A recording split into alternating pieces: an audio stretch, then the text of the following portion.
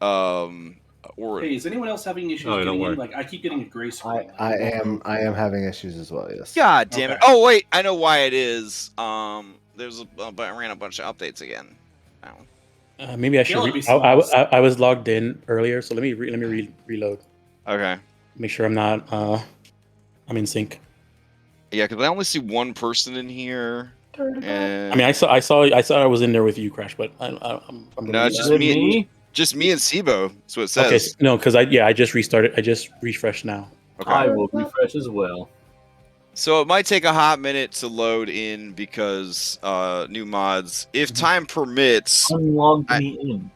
I'm looking. We'll call that logged out. I'm looking at some very beefy, very cool mod packages. Like, I don't know if I'm ready to take that step. It's kind of like going from a regular television to an HD television.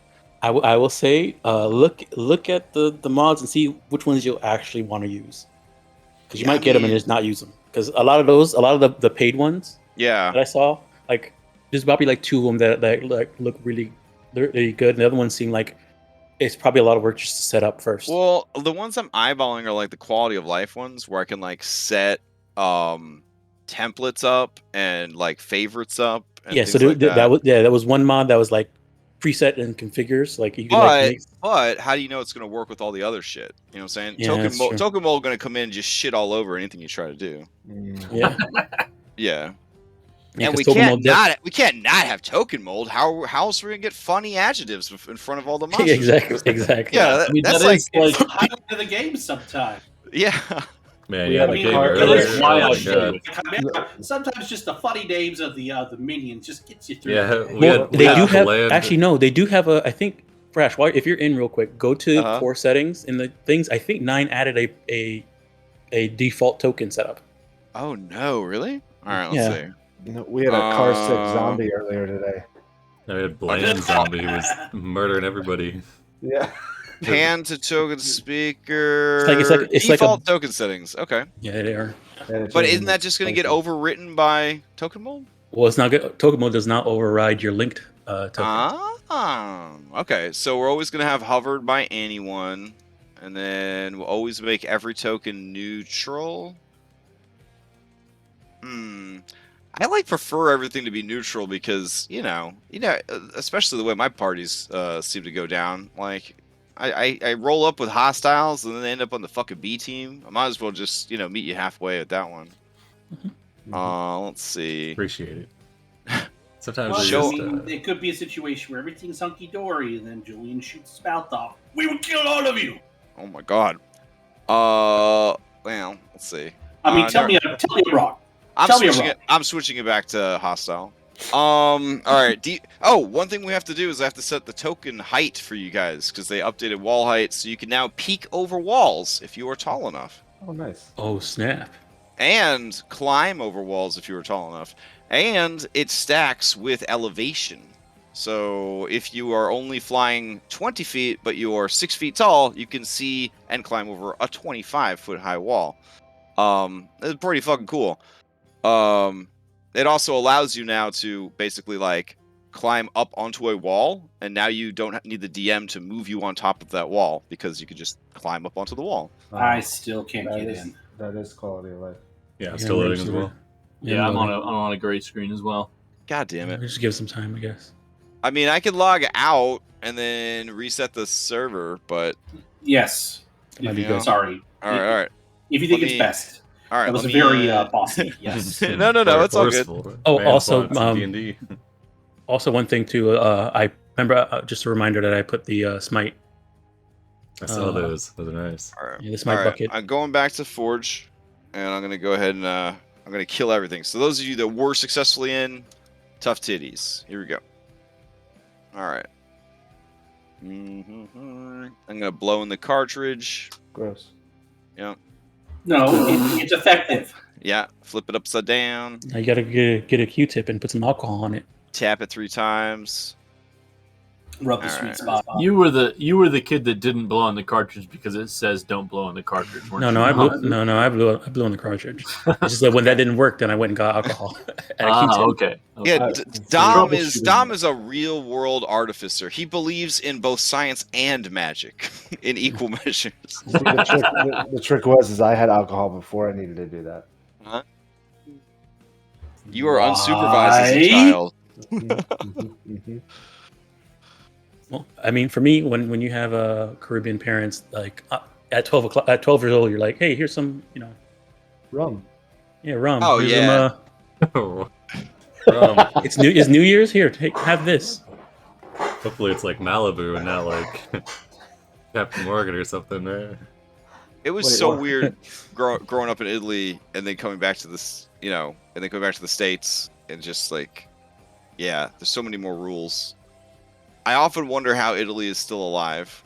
So Everybody's because they have less rules to worry about, so everybody's less stressed. Italy is like your forever bachelor friend, and you're always like, God damn, man, how are you still alive? Like, how? I don't even understand. Like, what? How do you live like this? But they're always happy. Yeah, that's why. Yeah. And then they ask the Bounces question out. back to you: how do you live like this? How are you all? How are you happy? They would tell me why I was happy because I had American women. That's why. That was the hottest commodity, apparently, was getting an American girlfriend. Not unless you're in America. Till they found out American girlfriend would not do your laundry. Yep. So, yep.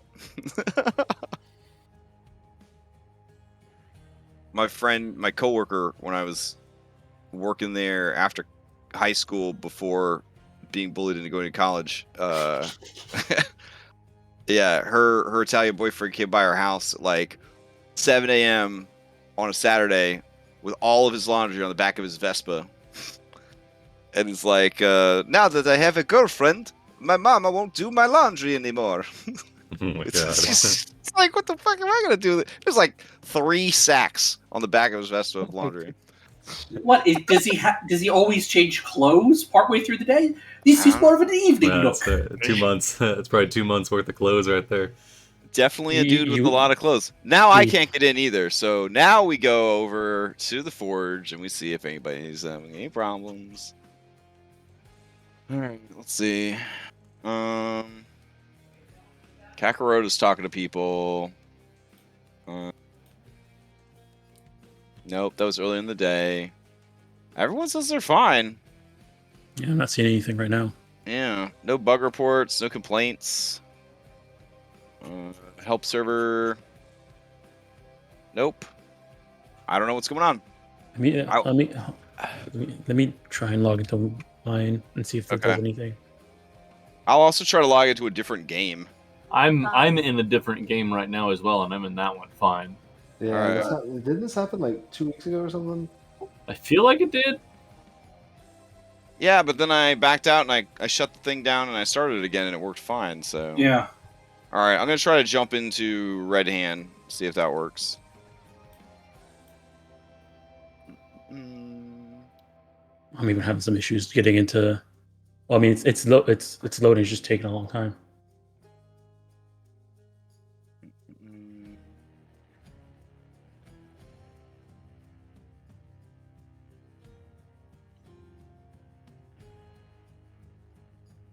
Yeah, because I was logged in since like 7:45, I want to say, and I logged in fine then, and now all of a sudden it's like having problems. Well, I'm loading. Oh yeah, there we go. Yay! You guys made it through. I got a white screen now. I have some UI. Oh, there we go. I'm in. Okay. Fantastic. Let me jump back and try and get in. I was trying to get into Mickschl.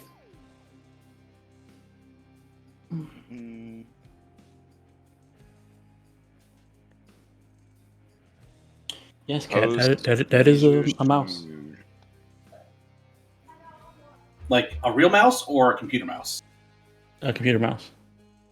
Yes. For some reason, I don't know if you guys hear this, but my cat really likes to rub up against the microphone. I I don't know if you guys have been hearing. No, the noise cancelling's been working wonders on that. Yeah. Like I'm looking at my microphone right now. It's just covered in cat hair. Ooh. I'm so glad that people linked that Kyra birthday episode, because I will be honest, I forgot everything that happened in that episode. Oh, that was a good one. As a And fever now dream. I have so much stuff to add back in to the campaign. Like, Yeah, geese. like, oh yeah, the ongoing conflict between Pythor and the Like, geese fiends.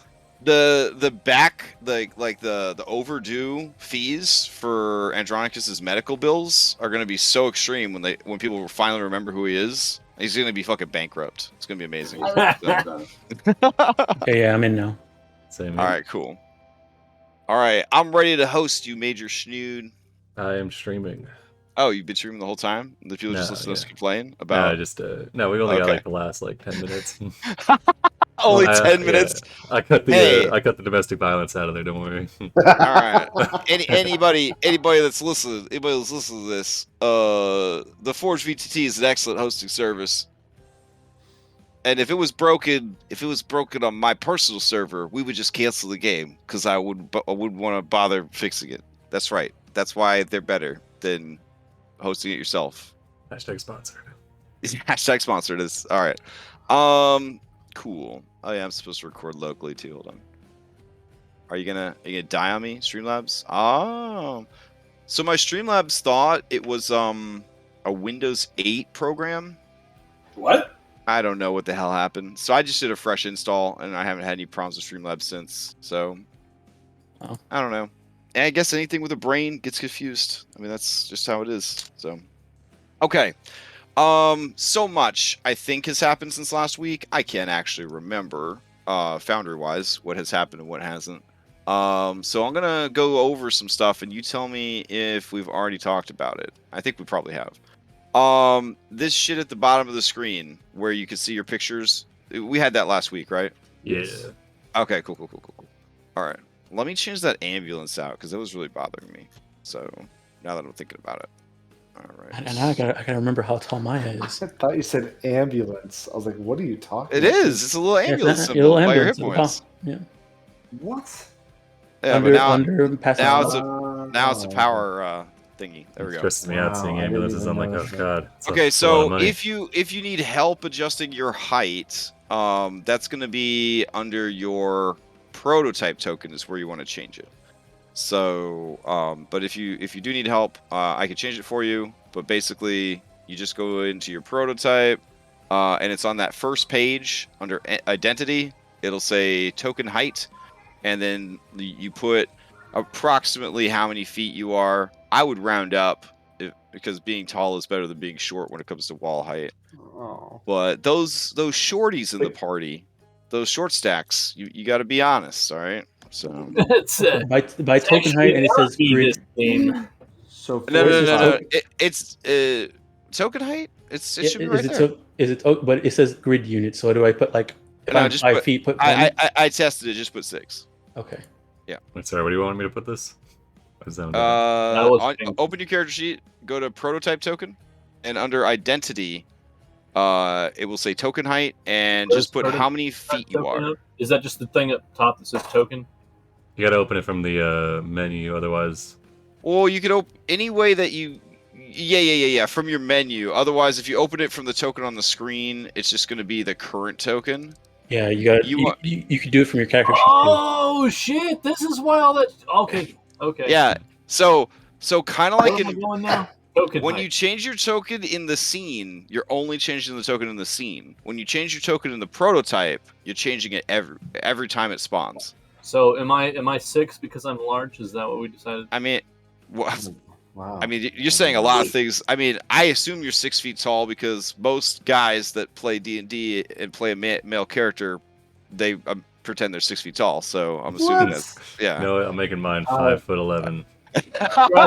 I don't know if it can do. I don't know if it can do decimals or not. I've played enough games with you that you know I prefer small creatures. Yeah. I just have Maya's 5.5. I was Nice. challenging myself. I guess if she's I feel like supposed to I'd be rather like an be tall than Amazon, she's probably tall. Yeah, so I'm thinking 6 feet. Plus, you got them snakes if you really wanted to just hit the 6 foot mark, anyways. I never make walls like have any decimals. So, I mean, just try to hit 6 foot, 7 foot, whatever you think is appropriate. I mean, if you make a wall 5 feet tall and we're 6 feet, then we see over, I guess, right? See over all your damn Correct. Yeah. If you can justify being 6 feet tall, if you're a single inch over 5 feet tall, just put 6 feet. That way you can actually see over most of the short walls. All right, 6 feet it is.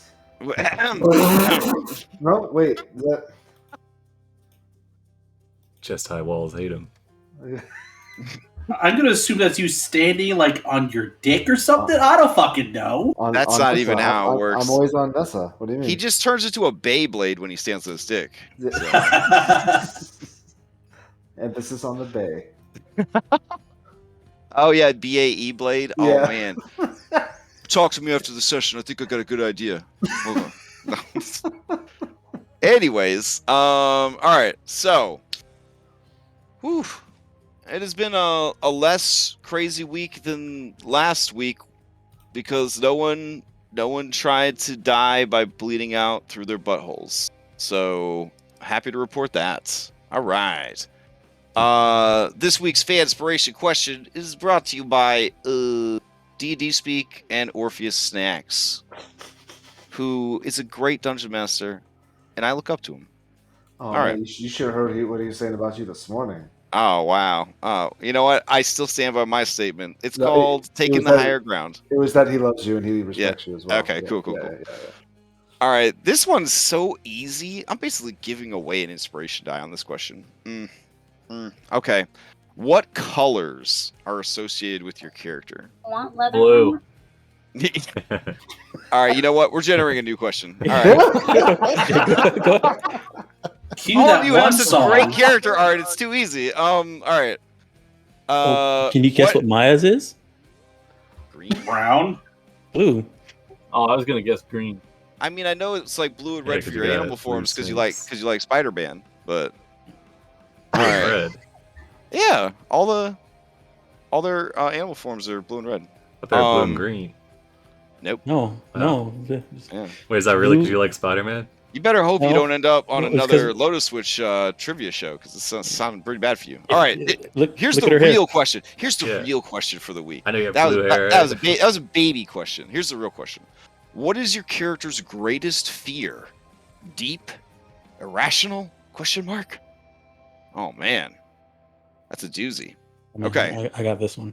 So ruminate on that, and then one person can volunteer this information. Who would like to do the recap? How do I turn off? It's a the super adjust it's to super whoever easy. This is the talks? I easiest can do a inspiration. recap if you'd like. Easiest inspiration you're ever gonna make in your life. I guarantee it. Yeah, I mean, I could take this recap. You know? Extra Alright. Crack Yeah, my yeah, knuckles yeah. extra over. inspiration depending on how many times you say the word coward. I need an inspiration here. All right. So last This is session coward. on. Hey man, we're not that salty. Come on. Okay, sorry. I was just trying to get him a little riled up. Yeah. Okay, yeah. Alright, but anyway, last time on Mythic Odyssey, we returned to the city of Mytros after our trip up to Astoria to visit the Mithril Forge in Vulcan. We bring back the spoils of our Odyssey thus far, including the Chimera Trident, forged from the aspect of the Chimera Queen, the hide of the Golden Lion, which was forged into a cloak that Julian could don and protect himself from mundane damage, and finally this I blank on its name, a spear of madness, lance of madness that was crafted from the Nightmare Spire. The Nightmare Spire, crafted from the stinger of a great scorpion sent from the Nyx that had embedded itself into the hand of Kentamane, its main aspect on the island. armed with these weapons, we entered into the Colosseum, facing off against Hergeron and a creature specifically handpicked by Lutheria for displaying our prowess. Let's see.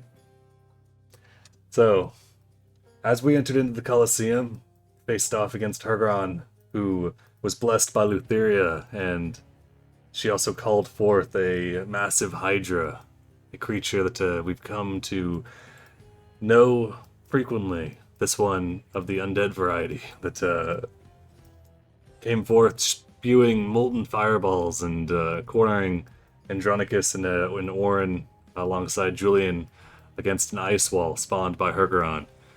Hergeron, Julian and I were able to get up close to and begin to attack and do battle with. Unfortunately, he's a skilled wizard in his own right and knew that he posed no chance in the ground game. So he chose a wise, if somewhat cowardly approach to take to the air, using his magic to hover himself above the arena, sending down bolts of radiant energy and magic to bombard us as we dealt with the Hydra. We tried several times to bring him down, but unfortunately the Hydra occupied our attention enough to where we had to focus it, Andronicus drawing much of its attention and landing several great hits before finally dispatching it with the radiant magic bestowed from Valis, blasting off several of its heads and ending its sordid life. With that, Hergeron saw fit to hover slightly closer to the ground, where we were able to actually exchange some blows. He brought low Orin, myself several times, along with Maya, before finally deciding to make a permanent statement, killing Maya, blasting her from point blank range with his magic, severing her connection to this plane. Seeing this, outraged, the heroes of prophecy began to question the validity of such an exhibition match. If we were to be fighting to the death, it should have been agreed on beforehand. Acastus, also witnessing this, put a stop to the fight, calling into question Hergeron's honor, killing his opponents in what should have been an exhibition match. Lutheria saw fit to right this wrong and brought back Maya, hoping to save face with the crowds of Mytros, no doubt. Hergeron, placated by this, stormed out of the arena to the mocking gestures of the crowds, who know that his tactics, though wise and probably well thought out, were cowardly. Thus the exhibition match drew to a close. The heroes of prophecy none the worse for wear. The Hydra of the underworld dispatched, and the crowds of Mytros sufficiently hyped. We left the Colosseum victorious, more or less. Attended a feast in the honor of the game, and then boarded the ship and intended to depart Mytros, I believe. I don't think we did anything after the fight, really. There was the party, but we haven't. Yeah, that was just like the feast. Yes. Yeah, I think that was about it. All right. Yeah. Go ahead and take your point of DM inspiration. Nice. Yeah, full disclosure. I mean, I'm not salty. Orin's a little salty there. I mean, we're all a little salty, let's be honest. I don't know what you're talking about. I was Hey, at least I didn't advocate poisoning him in his fucking sleep. I don't know what you're talking about. This is Oh my what, goodness! What happens I in mean, the Discord stays in BCs Discord. are salty. So, Yeah, we're on the ship. We're out of there. We didn't. No. so nothing interesting happened at the dinner. You guys just ate your food and left. That's it. Sibo did not attend the dinner. Oh dang. my What? god. All right, No, I guess he said something about this before. Yeah. Yeah. All right, hold on. Don't do it, Simo. No.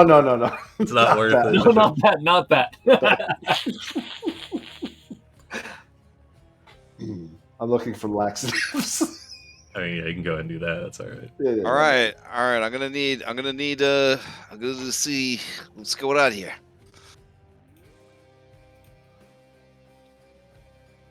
Oh shoot! I don't think I enabled being able to see what the results were. Yeah, I can see it. No, I can see it. Oh, you can see them? Yeah, as soon as I voted, I could see.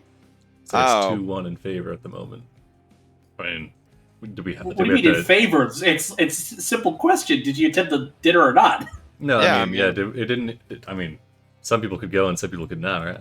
Yeah. I mean, Castus isn't a god. It's not like you're gonna lose piety with him.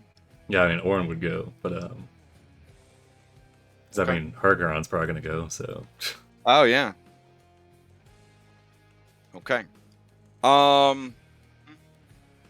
only got 3 votes in this poll.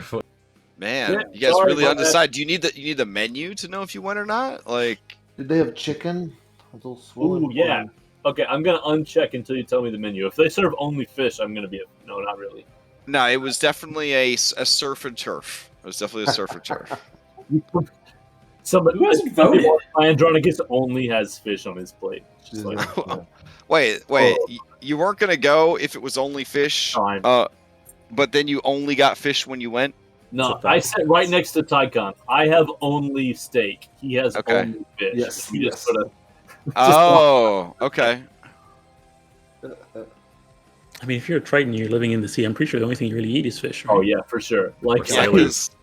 Because And, like it's easiest. You just hey fish, come over here. Minotaurs, yeah, Minotaurs of a Greek persuasion. They did eat of the meat. So they're yeah. I guess they were. Our duo is surf and turf, so we had to get the opposite. I got you. Marketing stuff.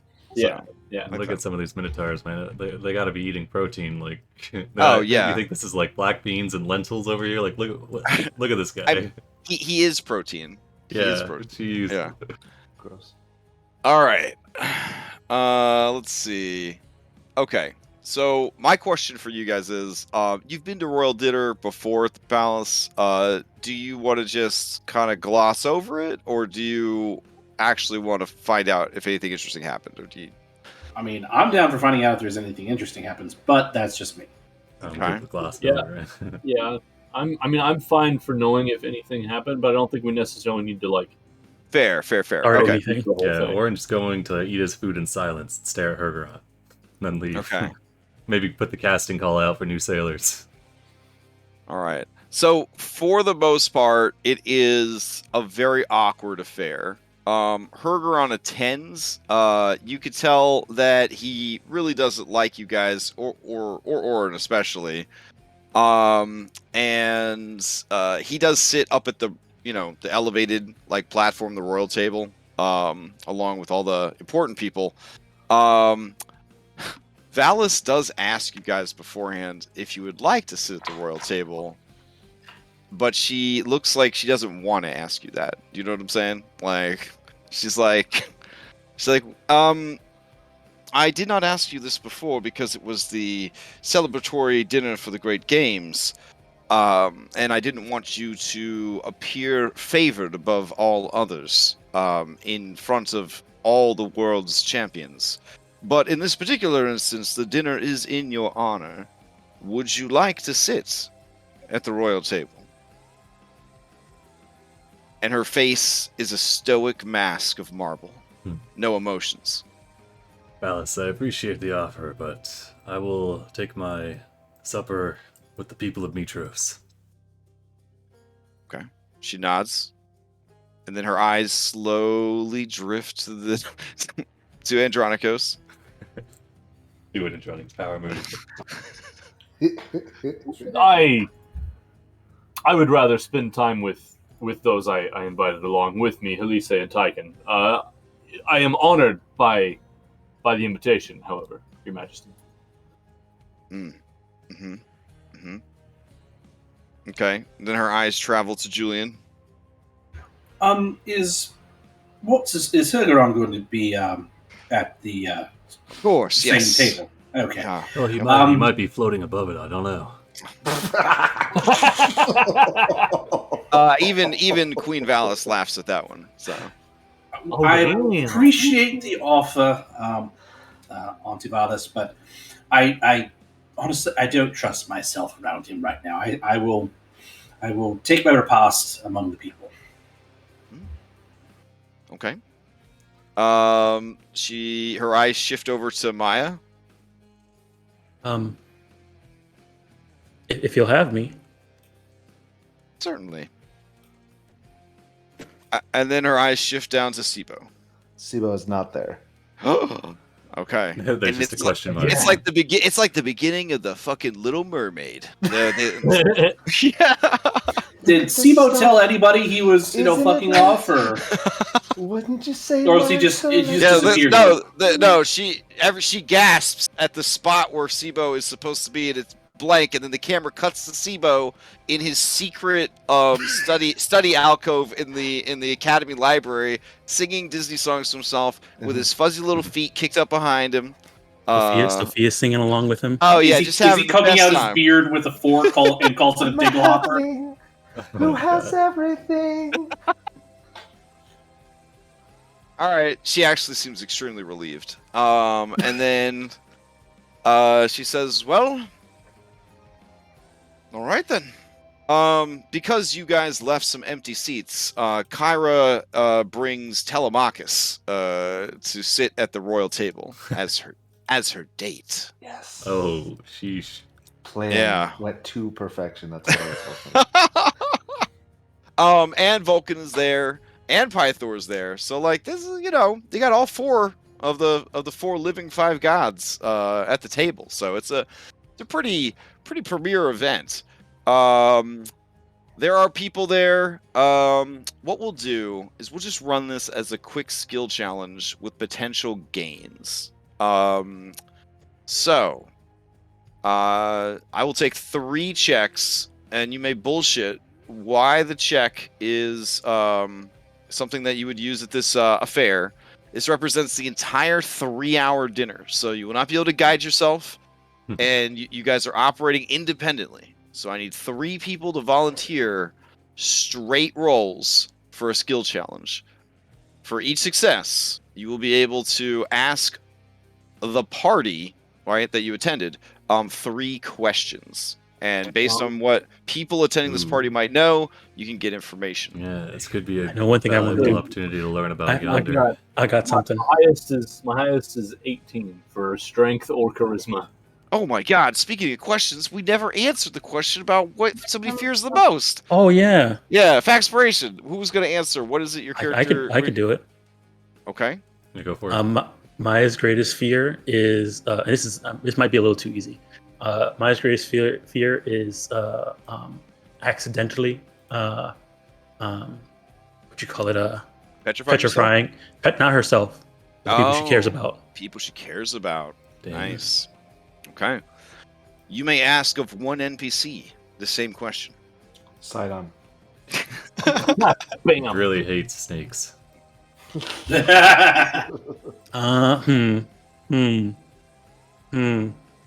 Honestly, I kind of want to ask Lutheria, but Mm-hmm. We allowed to ask can. or antagonists. Anyone you want.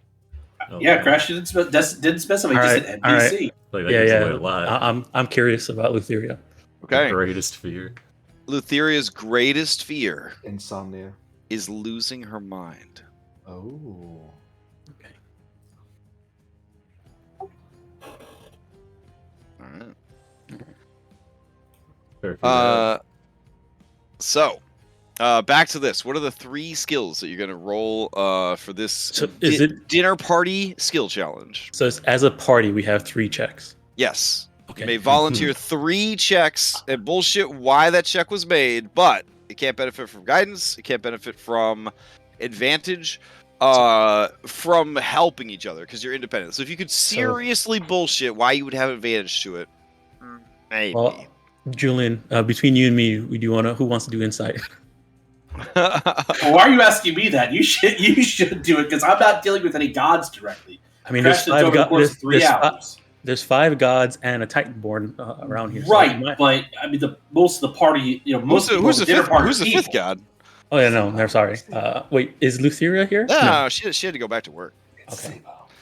Okay. In that case, I want to try and just keep an eye out and like look at people since I'm also at the table, and I have a good view of the rest of the party and hopefully a view of the people at the table. I would like to do an insight to try and see if I can just catch any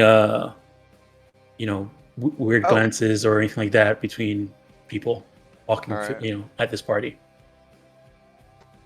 I'm totally in that feeling well enough to hang out and play D&D, but still kind of sick enough to not remember to change music, ask questions, that et cetera, et cetera. But all right, so there we go. Give me that insight check.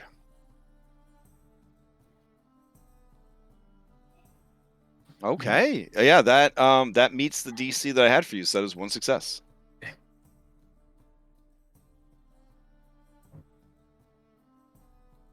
I guess next person. Yeah, I guess so. Yeah, Oren's sitting down. He's going to. He's not sitting with like, I guess the nobles, more so like where they had like the merchant class and where they had the people that were sitting like the previous fighters that were sitting from the Great Game. So for a royal dinner like this, they, instead of having all like the champions of the Great Games, they would have basically the most influential and wealthy people of the city. Okay. Yeah. Damn. So like they got any general population? The Nerdagans would be there, for example, and your boys running their vineyard would probably be there. Makian representing the academy would be there. Oh, are there any like guild heads for like sailors or mercenaries? Yeah, I could definitely see that being okay. The case. Yeah. So Oren would be he'd be using perception to scope out the most viable allies for helping with restocking their ship with capable sailors. Okay. Give me a perception check. Oh damn! All right, that is a success. All right, yeah, he's just like, yeah, and then he'd go up and he'd talk to him, see if talk about the Odyssey so far. He would be I think he would be forthright with the battle with Cetus and the outcome, how many losses there were, so that any new recruits would be aware of what they were signing up for, but that let them know that they have plans in the works to mitigate and to eliminate that same risk going forward. All right. What is the 3rd check at this royal party? I mean, I feel like some sort of Julian persuasion check would make the most sense. Okay. I can certainly do that. I can try and do a little PR in that I will make the case to those that engage me in conversation that clearly, if there are no rules in play, that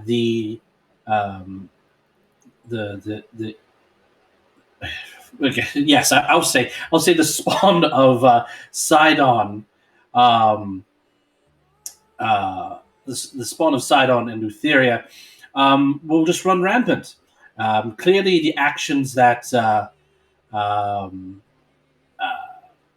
Hergeron took were without honor, and ultimately he acted out of cowardice. And then we can expect are you more. doing this as you Oh as my you God. mingle in small talk, or are you like clinking your wine bowl and getting the attention of everybody in the room? Because like No, I'm doing this. I'm not making a grandiose statement. Every week, I get more and more concerned for the longevity of your character. Oh Like, my I God.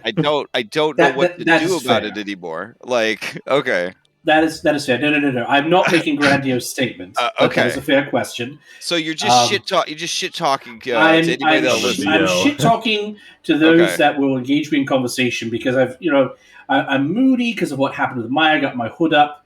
You're also marked for death by the god of storms. So I mean, a lot of people, who are pious would probably not feel comfortable interacting with you. So, I mean, just putting it out there. These are religious people. Gods literally are at the table with them right now. So yeah. So you're saying no one wants to talk to me, is what you're saying? No. I'm just saying that like it's probably about 30% of the people in attendance would be willing to hear what you had to say, just out of either respect or curiosity.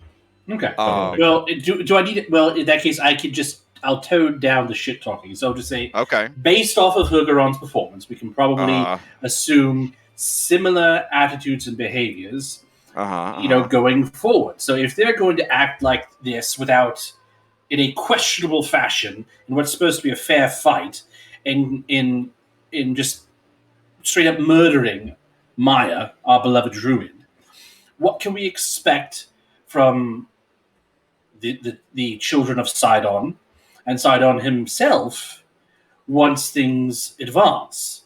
Is it not better to protect oneself and take the appropriate actions to bolster those that would look after the settlers and try and broker peace, as opposed to, wanting to start a wholesale war as the Titans want?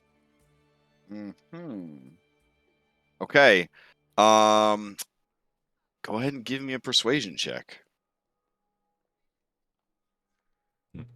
All right. I mean, it's a strong persuasive argument, and it is successful within the boundaries of the skill challenge, and it gives people a lot to think about.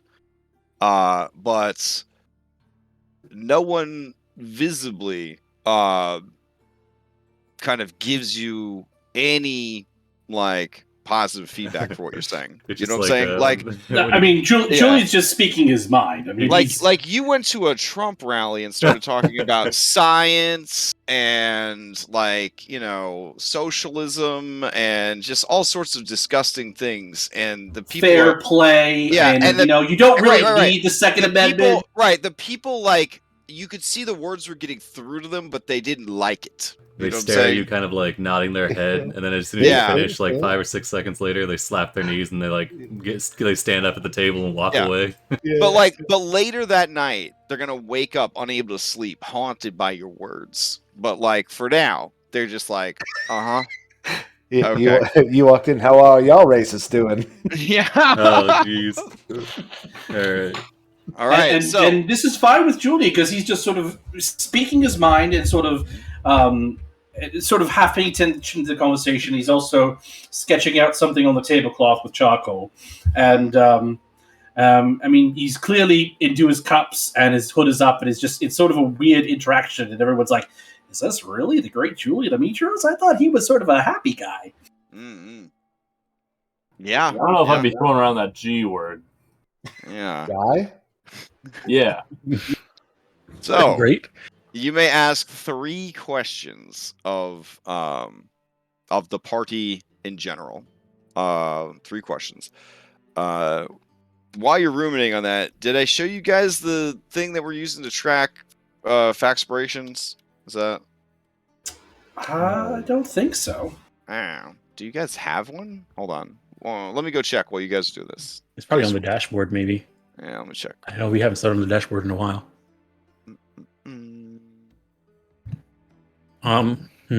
Questions. Oh, yeah, there it is. Okay.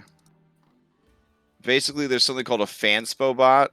It's an actor you all have access to. Its hit points are equivalent to how many fanspirations you have. I want to know if anyone knows what Gaius is doing at yonder. Oh, yeah, that's a good one. Yeah. Okay. So that's the first question. All right. So you hear that the handsome, pious, mighty, strong, and tactically brilliant Dragonlord, Commander Gaius, is in fact at a place known as Yonder, the secret headquarters of the Order of Sidon. Yeah, you thought the Order of Sidon was actually working out of the Temple of Sidon here at Mytros? Nay. It is located on an ancient Gigan island known as Yonder, which used to be the center of the Gigan civilization before Esther Archelander put those horrible beasts to the blade and ended their, ended their lives, really. Almost completely drove their race to extinction. Such was his thirst for blood and skill at manslaughter. Yonder is said to be haunted by their ghosts to this day. And people say only someone as powerful and as pious as Gaius could ever carve out a military base within the ruins of such a cursed island. He's there establishing his base. But what is he doing there other than building up a fancy base for the Order of Sidon? Making sure that the city of Mytros is safe. Because he's out at sea, so he could see any threats coming from Auregia or other enemies who might be unknown at this time. Wow, That's what the people of the party think. All right, fair enough. All right. What is the second question? How we find the pickle source? Okay, is that the question? No. Okay. I mean, I know someone who would love to tell you. Do we want to ask about if maybe Gaius has engaged any architects or any special laborers or engineers for his project to get a sense of maybe the type of fortifications or the design of fortifications? Because architects have a tendency to repeat themselves. So even though we may not get the plans specifically, we may get a sense of size, shape, reinforcements, things like that. Yeah. Repeat ourselves. For what now? Your own ship or for enemy ships? No. I'm sorry. An architect for. No, I'm just playing. For if Gaius is engaged like an architect or an engineer of renown to help him build up the fortifications at Yonder. Oh, yeah. The Order of Sidon gathered up some of the greatest mines that they could find, and they all live happily on Yonder now. And they're so happy that they never came back. Nice. Meh. Okay. That's question 2. The other did. All right. You know how bad guys do. You kill the people who build your secret passages, so they're not a secret. Yeah, that's fair. Yeah. I think we should ask, imprison them. If we get some names, we can but ask you know what? You know what would actually connect to that question? I'll get because that wasn't super helpful, but there is something that might connect to that. Hold on. Because if we can get the names of those engineers or architects, then we can see if they have family. We can check records. We can, ask more detailed questions. Do a bit of investigating.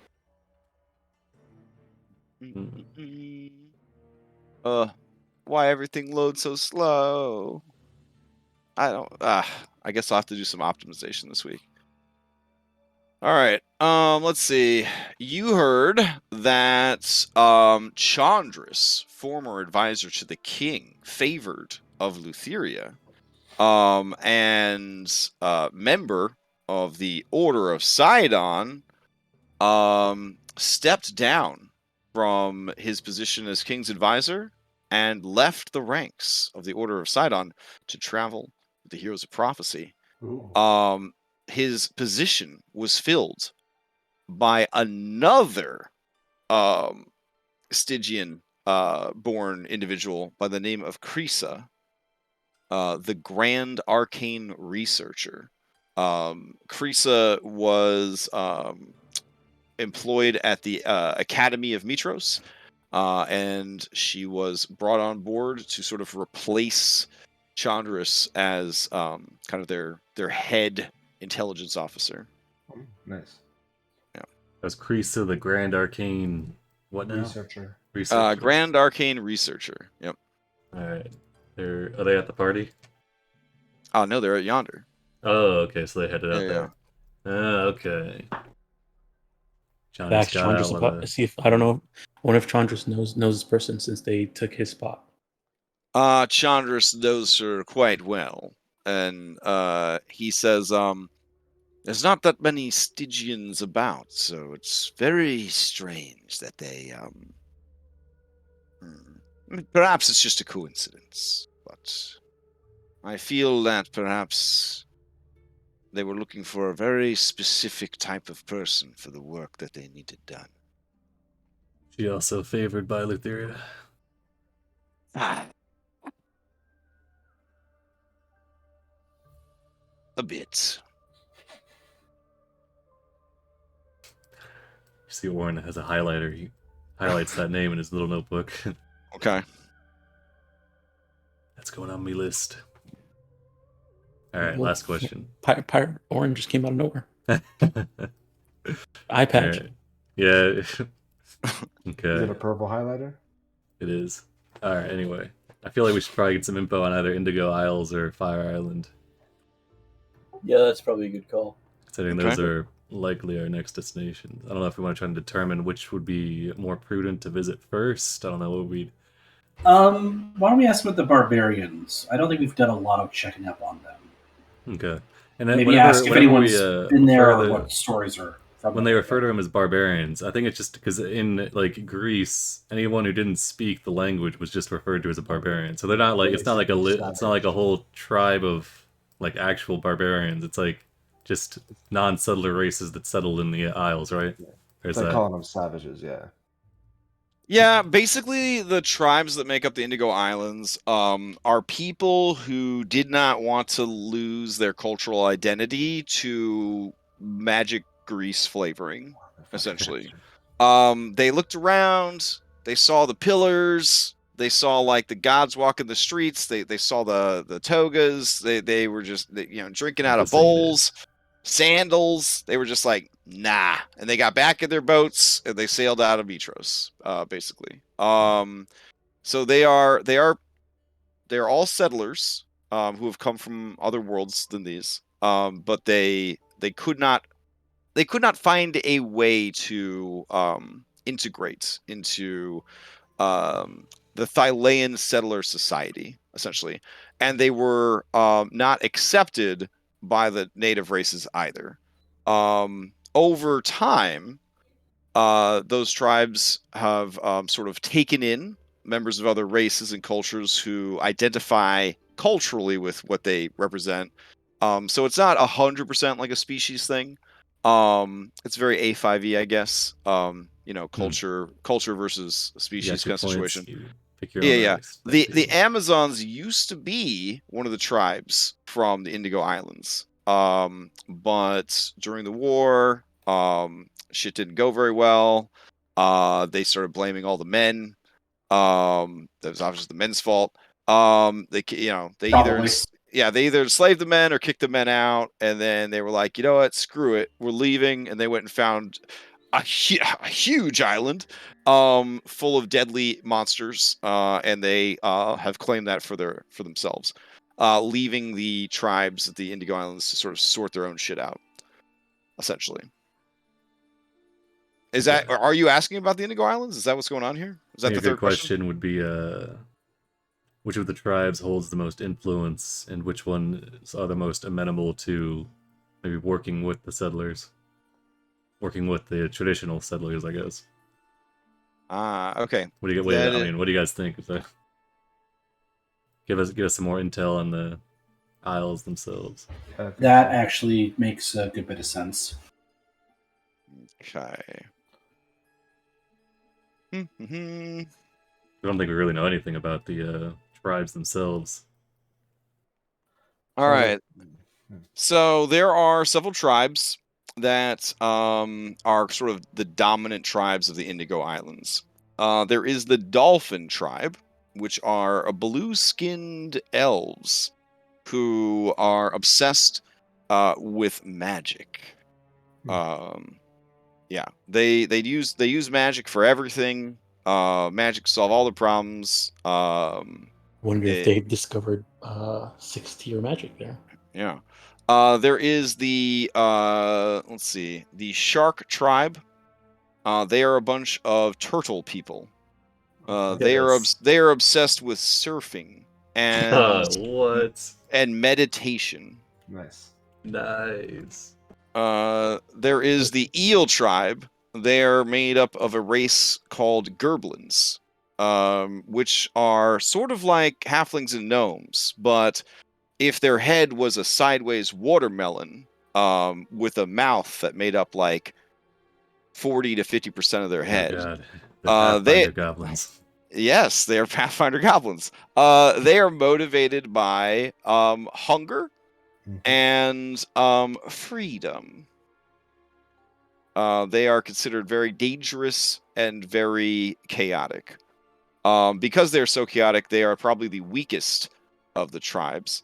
There is a relatively new tribe called the Gull tribe, and they are made up of sirens, who generally sirens never really feel at home anywhere. There is a whole neighborhood in Mytros of sirens. They live near the Harp Bridge because the bridge makes beautiful music when the wind blows and all that jazz. But as a people, they are a broken people.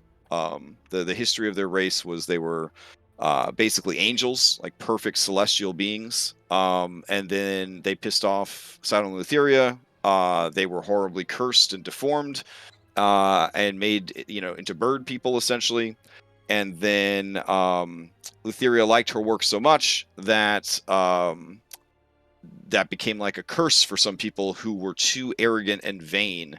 They would become too arrogant, vain, or treacherous, I believe, would become harpies. So like and harpies are basically a perversion of the already sort of cursed bloodline that is the sirens. Right. Yeah. So they have their own like village there. That's probably the most recently formed one. The most influential and least barbaric is the Whale tribe, and these are a race of gray-skinned dwarves who are said to their ancestors are said to have lived deep below the earth, bathed in lava, and birthed from the stone itself. Oh my God. No, yeah. These are Loxodons. I'm kidding. Yeah, they generally are the only individuals who operate any trade with outsiders coming into the Indigo Islands. So they kind of are the business-minded tribe. They sort of filter trade through them. So they gather up goods from the other tribes, and then they pretty much have the only port, functional port, in the whole of the islands. Now, Kyra tells you that there is another tribe, the Pickle tribe. They live on Pickle Island, which is located within the Indigo Islands. And they are a people who are a bit silly, but a big bit dangerous, because they have grown up hard on the streets of the jungle, having to survive the ever-present threat of the Picklesaurus. These creatures are known as the Cruel Cumbers, and they are a mysterious and reclusive people. Okay. But also the source of one of the world's greatest snacks, the pickle. Like, do they make them, or? Yeah, no one. That's very cruel. in this world, no one knows that you could just make a pickle out of a cucumber. No one ever cracked the fucking code on that. So pickles are actually a delicacy in this world. Wait, so do the Pickle cucumbers sounds way too like a devil show. I don't want to go. Yeah, the only way to get pickles is through trade with Indigo Islands, because no one in the world knows what a pickle is or how a pickle is made. They just know that you get them from Indigo Island. We have olives, but we don't know what pickles are. Okay. What is brine? We've never heard of this thing. Listen, well, fair enough. They just didn't think to put the cucumber in the brine. Okay. And no, Julian, you can't be the first one to do it. I know it's the first thing artificer players think. They're like, oh, I could be the one that invents that. No, it's impossible. It's outside the realm of possibility. Yeah, it sounds like all of these. Well, actually, you probably could. You would just make a normal pickle. It would not compare to the pickles from the pickle tribe. So, what you gotta do is just keep a jar of brine near you. I appreciate you looking out for me, but I mean, I'm going for an armor, not alchemist. So okay, fair, yeah. Not doing that. All right, this time. Well, it sounds like any one of these tribes could prove valuable allies. I think the most amenable to us most likely would be the Sirens, though I think we should seek to speak with the dwarves first. They hold the most influence. Perhaps they can help sway the others to our cause. They can be our diplomats into the arena of that hodgepodge of personalities and tribes. Well then, I think that's all the info we can gather from this party.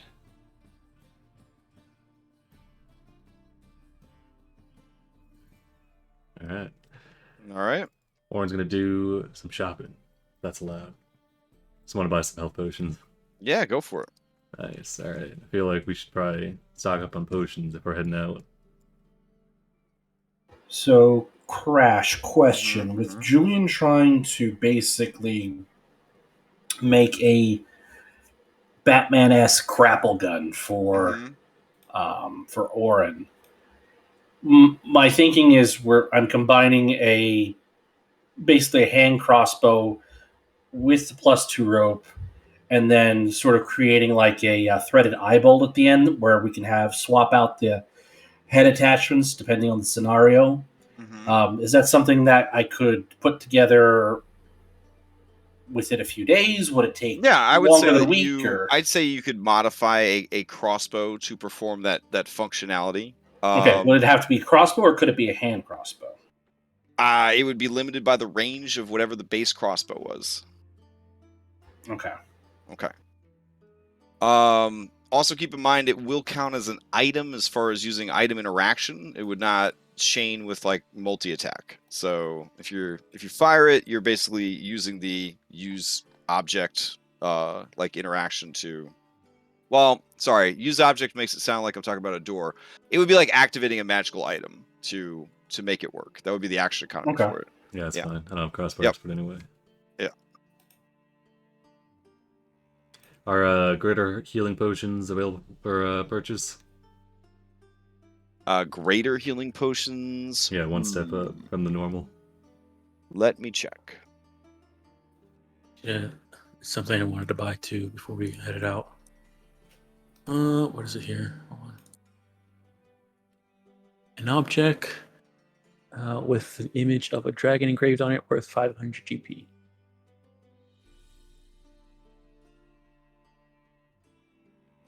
You're trying to get that, or you're trying to sell that?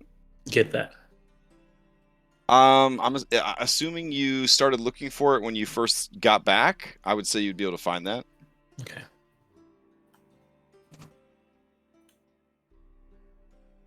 Oh yeah, is Maya making those like one potion per person a day, or?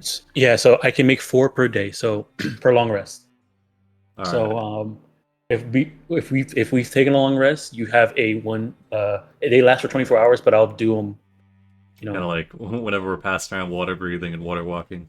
Yeah. Like that's when we do our morning stretches. Yeah. They actually have a potion of superior healing, supreme healing, and greater healing.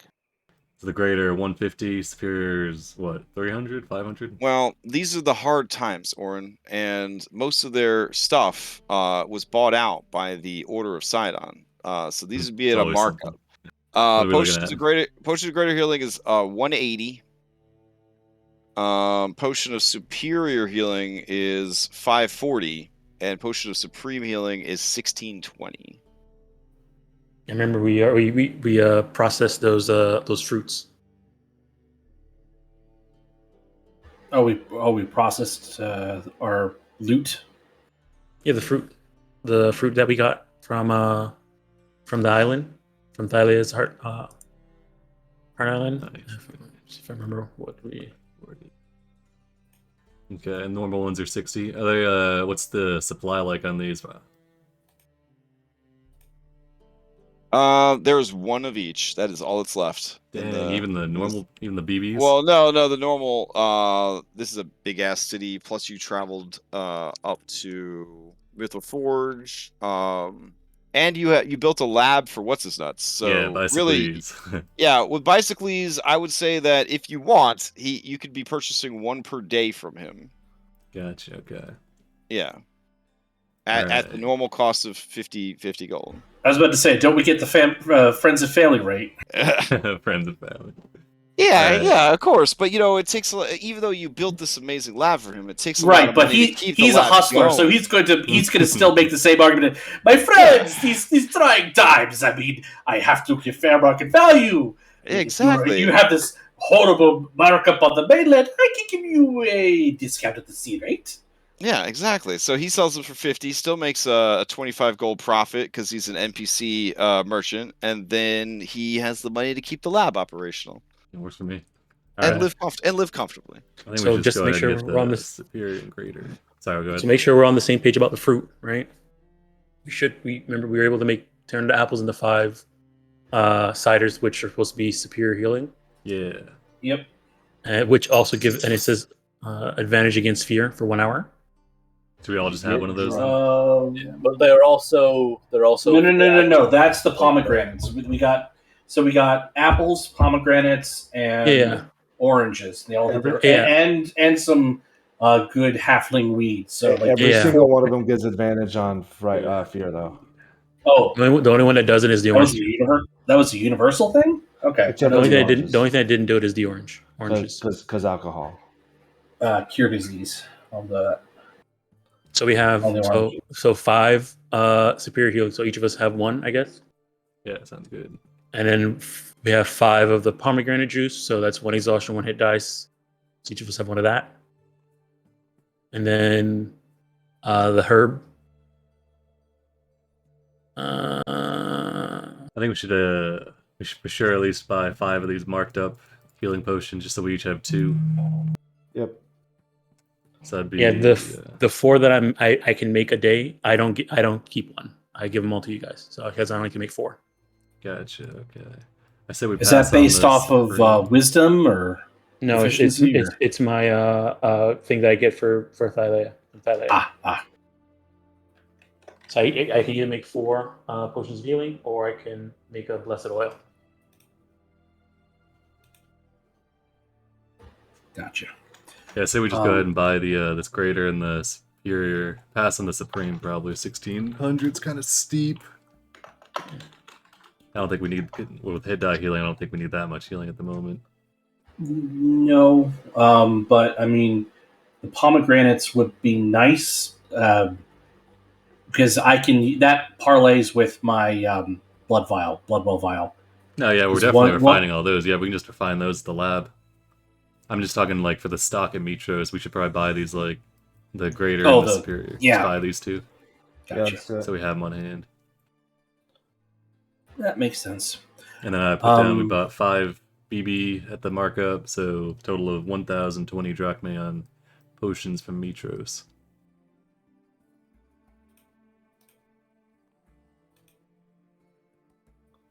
Can I borrow 400 for this spell component? Yeah, we have it. Okay. All right, and then in addition to those those golden fruits being refined, I think. So we talked a little bit about what to make those Chimera Queen potions of resistance into, and so we were originally thinking 5 lightning, 5 necrotic, because Sidon Lutheria, that's kind of always useful. But I think we were thinking 1 or 2 of those made into acid to go in on the Cetus. Well, if we're planning on doing 2 or 3 people into the Maw of Cetus, then I think 3, and then yeah. Well, Lauren's down to go, and who else was signing? I think was Sibo. I think Julian is having to sign up for this. Well, so I don't think it makes sense for Julian, because as soon as Julian goes, it goes. That's true. So we need to get Julian in a spot that it can't. But Julian's the most likely to get eaten though by it, because it wants to eat Julian. So it might make sense for him to have one anyway, in case in the off chance. Yeah, no, that's fair. But yeah, that's fair. Okay, so in terms of the tactics, don't try not to get eaten right away. Got it. Yeah, but if you do get eaten, might want to have it on hand just. I agree with that. Absolutely. Okay, so let's say we make 3 then. 1 for Andronicus, or not Andronicus, Sibo, Orin, and Julian. 3 acid resistance. Yeah, because I'm gonna try to stay up top and keep aggro as much as I can, because I'm immune to cold damage, and so if he that's fair. breathes on me, it's not a huge deal. Speaking of which, we needed to stay in harbor for a bit to get our ballista cages fixed up, and also get a newer ballista or 2 since fucking wrecked. Right. So Maya brought up an interesting point in chat. It's Dianthus it was Dianthus's tree that was used to create the Ultros, right? Yep. I mean, she's the heart of the does she have enough power and influence over the Ultros, Stormbreaker, whatever we're calling it, to perhaps sort of mold the ship so she could kind of create turrets that the ballista could operate from? Because Maya suggested that might be a possibility. Well, yeah, the idea that I mentioned was seeing is that she is she's supposed to be the daughter of Sidon, and how we were able to, Sibo was able to sacrifice something to Versi, and she felt better for it. I was wondering if it's possible, if we sacrifice something to Dianthus, would that make her be able to make the ship stronger, or have more control over it, or something like that? I mean, it definitely could. Yeah, I mean, it's already literally the strongest ship in the world. But if you feel like it could be stronger, one of the things we wanted to do was make it so that if it's kind of like a slightly more living ship, and in that case where we can have an area that opens up and closes, where we could put the ballistas. Or just one big ballista. Fucking Dragonator. A Dragonator. Yeah, instead of having 3. So you're trying to turn your ship into a mecha? Yes. I mean, not that far. It doesn't have to go. It doesn't have to go that far. But it doesn't have to go that far. I mean, that'd be cool, but it doesn't have to go that far. That'd be cool though, but it doesn't have to go that far. We're looking at very quickly diminishing returns if we try and do that. More like, oh, we're in combat. Okay, maybe we can grow up railings and an area to block. We're thinking as for the turret sort of area, it'd be more on the gun emplacement on World War II era planes. How they had the little bubble turrets at the bottom, basically, that spun around, but where the operator was somewhat protected. I think it's sort of that idea, except for with ballista. Yeah, we're trying to keep the crew safer. People don't just fall off the fucking ship all the time. Gotcha. I mean, all of these things are certainly possible. I think at the very minute. Okay, so what I was thinking was the enclosed turret area. Just instead of having 3-person ballista teams, have 4-person, and then the last person's job is to open and close the hatch to enclose them in. And they've got a little gunner turrets that don't get murked by breath weapons.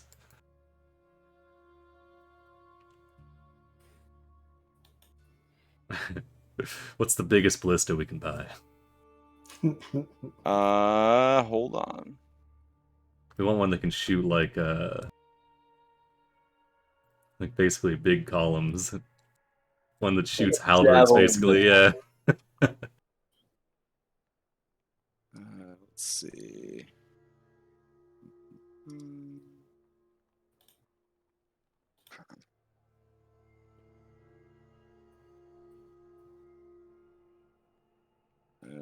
Nope, not there. Not there. Not there. Okay.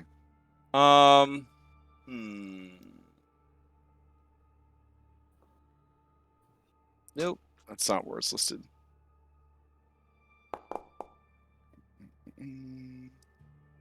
Sorry, I'm looking at the cost of ballistas.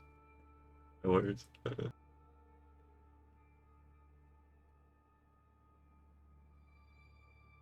We could also see if we get a trebuchet. We've got a 90-kilogram stone that we need to move 300 meters.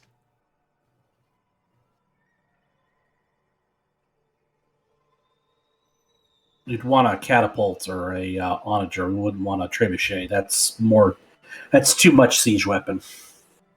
Says who? Yeah.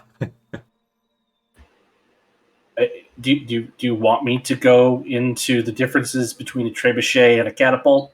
The trebuchet's got a lot more momentum. Catapult just kind of... You're going to flip the ship with it. Catapult's kind of wimpy, just saying.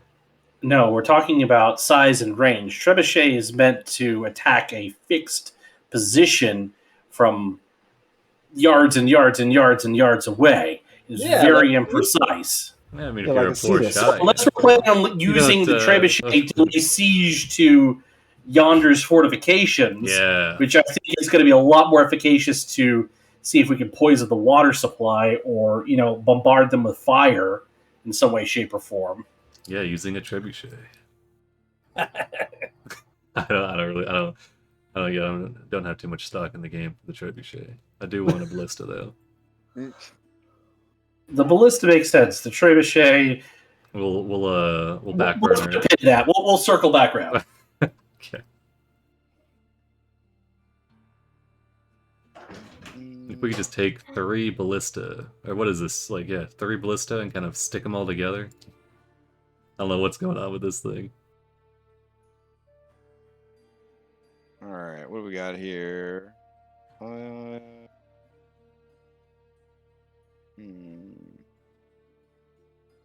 Okay. Nice.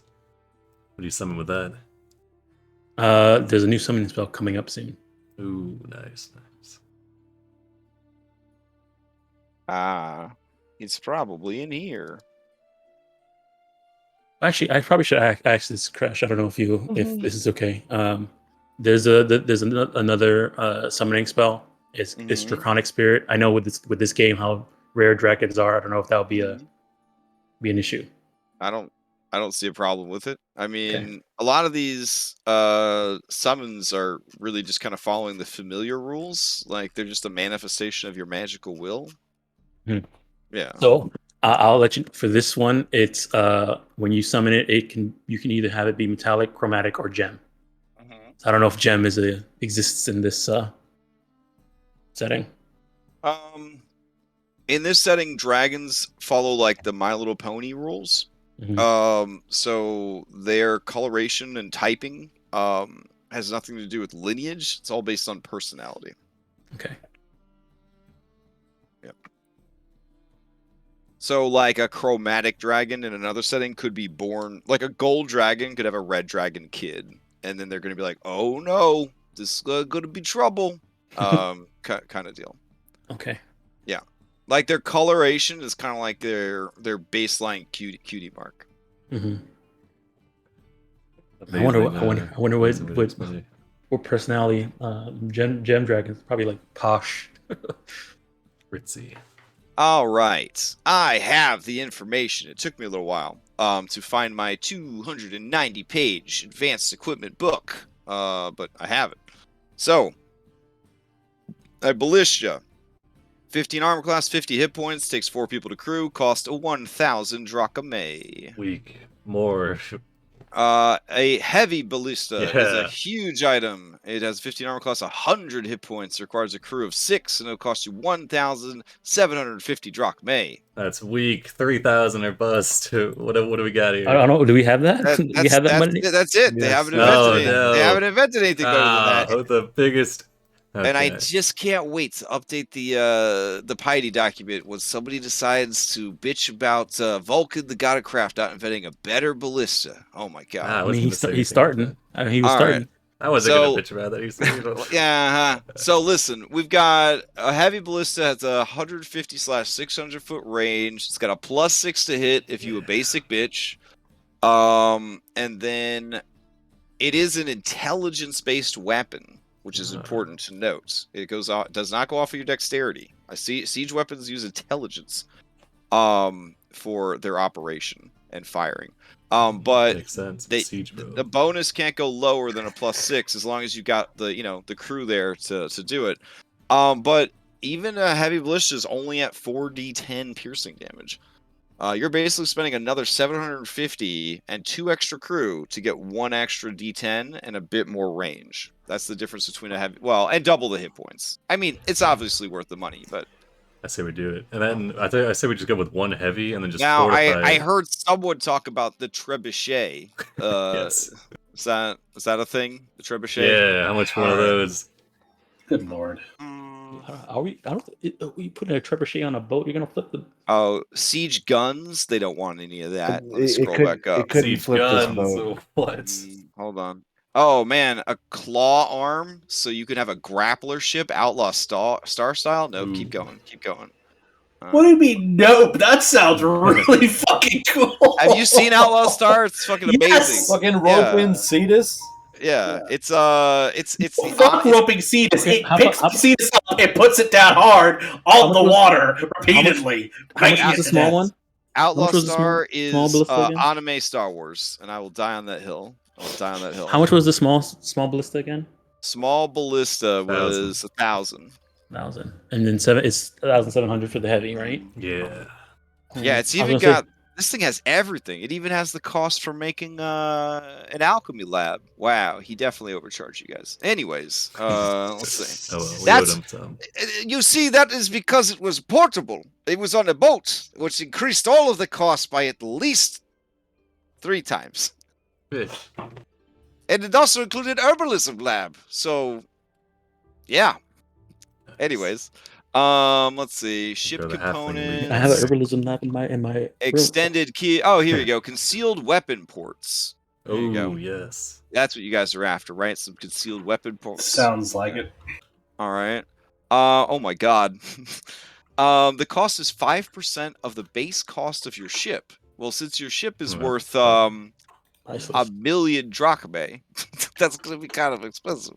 Let's see. Armor plating is 30% of the base cost of the ship. Oh shit! But we're not plating. We're not plating the ship. You have the biggest ship in the world.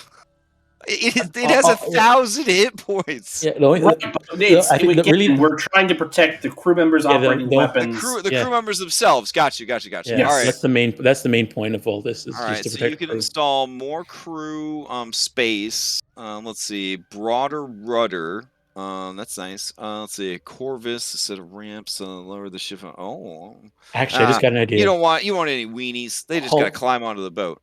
Let's see, extended keel. Is this? Oh wait, you guys have a figurehead? Oh yeah, it's a dragon. All right, okay. Actually, instead of doing, can we just? I guess what we could do is just install cover at the ballistas so that. Yeah, that's a good idea. Maybe it's not just like an actual whole port. It's just like the cover and like the point of the ballista sticks out. Listen, guys, this is so dope. I give you a discount. Instead of 250,000 drachmae, 200,000 drachmae, you get a glass bottom on your ship. Ooh, nice. Hell yeah. California, some whale watching. Let's see, movable deck. Oh damn. Nice. Look at this drawing here. Narrow hull. Oh, that's pretty cool. Okay. Narrow hull gives you bonuses to your opposed checks on chase scenes. Oh damn, it's a little pricey though. You guys don't have a ram either. You can install a ram on the front of this bad boy. There isn't a ram on it already? I mean, the ship itself is a ram. The ship itself is a ram. It's the biggest ship in the world. Oh my god. Well, no. I understand it's the biggest in the world. It's just given the tactics of the time and period and how it was built, I wrongfully assumed that was part of the design. That's why I was asking. Adding a ram means that it would do even more damage and improved ramming maneuvers. Every ship can ram by design, but like having an actual like reinforced ram on the front would make it even stronger. Oh, here you go. This is what you guys want. Skirting. For protection during naval maneuvers. The ship has a raised bumper rail. Oh yeah, we did want a handrail. Yeah. So this is good for people on the deck not getting knocked off. It is priced though. Oof, is it pricey? God damn. I'm setting the cost of the Ultras at a million drachmae because I feel like it's the biggest and most complicated ship in the whole world, and it's magical. I just feel like how much is it going to cost for a handrail? Yeah, according to this guide, it's 20% of the base cost of the ship. 200,000 for a handrail. Well, but the ship was free. So for you're us. telling me that we better just sacrifice a creature to the ship? Well, it protects people from getting knocked off the ship, and it also adds to your resistance against ram attacks. So if we spend some time doing like a research and some like studying some Wow, honestly, the best thing you could do is just every 100k you drop on the ship, you could increase its HP by 100. That's the sturdy hull update or upgrade. Mm-hmm. Wow. Maybe sacrificing to the ship probably is the better eye. I mean, it's pretty clever. It's pretty clever. Essentially, to kill make like god ship. Yeah. Mm-hmm. Yeah, but to kill the Cetus, we need to like. So look at this drawing. All right, how much is it going to cost to do this? We just need a little house. A trebuchet is 15 armor class, 150 hit points, 2,500 gold. All right, fine. I'll come look at it. Hold on. I'm on a different map. And this little porthole, this little flap, that's what this dude's job is to open and close it when they're ready to shoot. All right. I mean, all right. Let me see what's going on here. Let me see if I can figure this out. All right. Let me get these people that you let die, Orin. Let me get them out of the way. Rude. All right. That's it. All right. So I see that this is Orin the Dreamwalker. I recognize that. No, I'm not gonna be in there. I'm gonna be in the shark. All right. There's a banana. Yes, that's the ballista. Okay. Oh, that's the ballista. Yeah. Oh, I see. Okay, there's the arrow bolt. Yeah, and then whenever whenever they finish shooting, this thing goes and they close it. Yeah, there we go. Wait, you want them inside a box, basically? Yeah. So whenever I messaged you about a turret. Yeah. I got you. After they shoot, they don't get annihilated by a breath weapon, or at least just damage this box first. Okay. I got you. All right. Otherwise, we gotta hire a bunch of Triton crew or something. Let's see. That would basically be covered by, I think, a siege tower. Yeah, a siege tower. Okay. That would add 200 extra hit points, and those hit points would have to be you have to get through an armor class of 15 to get to it, and you basically build it around each of your things that you want to protect. Each siege tower is going to be 2,000 drachmae. All right. How much can we fit in a siege tower? How many people can you fit in a siege tower? Yeah, can we at least fit like 6 in a ballista? Or... Oh yeah, for sure. Yeah. All right, I say we do. So we do one heavy ballista and one siege tower. Yeah, that sounds good. That's so 3,700. Yeah. Question. You have that? The heavy ballista. Mm-hmm. How many arms does it have? How many arms does it have? Yes, for the to make it shoot. You know I'm like the opposite of an engineer, right? Whatever the opposite of an engineer is, that's what I am IRL. So what do you mean by the arms? So the reason I'm asking like a bow or a crossbow has 2 arms, right? Yeah. So all right, I'm gonna send you a screenshot from the source book that we're using. That will be what the thing does. Here you go. Okay. All right. Boop. That's a heavy ballista. Basic bitch heavy ballista. Seaboat, we have 3750. After removing 3750, we still have 7,000. Nice. All right. I would assume, being 5th edition D&D, that whether your longsword looks like a delicate elven blade or looks like the biggest dick Gatsu sword of all time, it probably just has the same stat block regardless of how many arms, gears, and knobs you add to it. Okay, in that case, I was trying to apply science to D&D, so I'll back off on this. So we'll just leave it the way it is. Reading this, you just got to get Artificers banned again with this kind of behavior. This is ridiculous. Look at this. They already planned it. I'm letting it go, Crash. I'm letting it go. Okay. On the heavy ballista, look at this. They already planned it. It says it requires 2 to load it, 2 to aim it, and 1 to fire it. They already accounted for the 6th member that has to open and close the little hole, the door. They were ready for it. All right. So, you can upgrade this stuff, and we will come up with ways for you to upgrade it. But for now, this is what is available for them to add to your ship. Cool. Yeah, we'll go right on the front. Right on the front.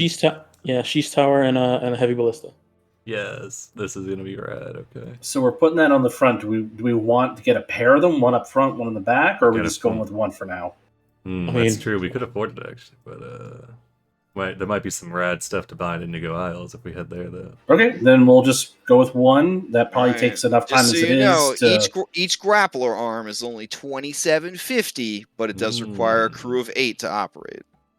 I mean, we've got the crew. Yeah. Yeah, I think we'll probably have plenty of sailors to volunteer. We oh, sorry, there's a chicken. If we have sailors, if we're like, yes, look, we took.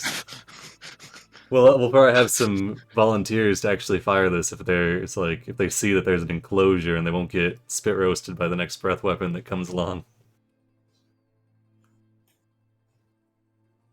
All right. So is the goal then on your way to the next destination to essentially like fish for Cetus? Yeah. Take them out, maybe. I don't know. Is that what you guys want to do? Yeah, we're going to stick Julian in the jolly boat and drag it behind us as we're going. And then while he's there, he's going to say, "Here, Cetus." Okay. I think that'll work pretty well, honestly. Is that what we want to do? I feel like you should at least be on the boat. The possible downside. I feel like if we put this to a vote, Julian would lose. So I guess so. And goes right back down. Yeah, exactly. Yeah, I think he needs to be on the. It's worth the risk. Okay, it's a risk you're willing to take. Okay. Well, remember, the only reason I see this. Julian will ride alone. Well, not ride alone, but he'll ride along in the jolly boat, getting towed behind the Stormbreaker, so long as Andronicos is like clinging to the underside of that boat, providing backup. Or it'll be sitting on top. You just gotta hold on to the bottom of the boat. Jolly boat crash. So you want to cling to the bottom of the boat just for miles and miles at sea, as it's dragged behind this massive ship in its wake? Yeah, this sounds like willful keel hauling, and I don't know if I agree with it. Also, keep in mind that the reason why, if Julian's not on that jolly boat, what's stopping Cetus from just leaving once he's too far away to get to? Yeah, I think he should be on the actual boat. So I said, if I'm going to do that, someone else is going to have skin in the game too. Yeah, because remember, he came after us before because when we did the whole thing to deal with the salt water, we lowered the ship so that it was possible for him to attack people who are on the ship. But if we're just on the ship in the water, we're like 40 feet up in the air and he can't get to us. We tie a rope around him, put him in the water, and then reel him in. Unless what we do is just try and lower the ship again. We can do that.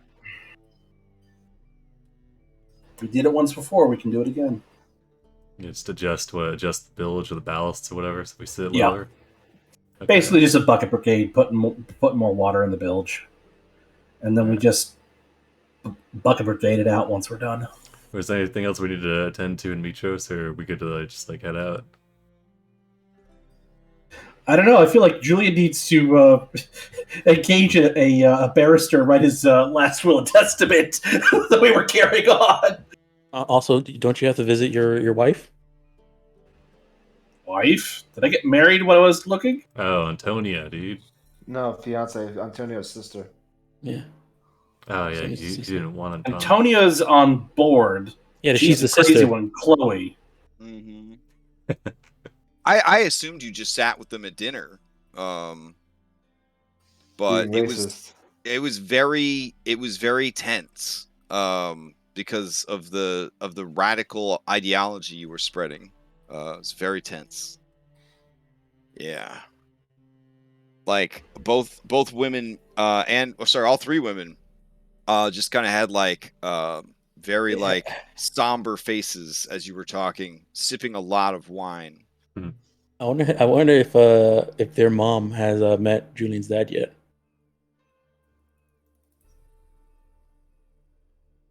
I don't know. Did you bring your dad to this thing too, or are you trying to keep your dad out of the spotlight?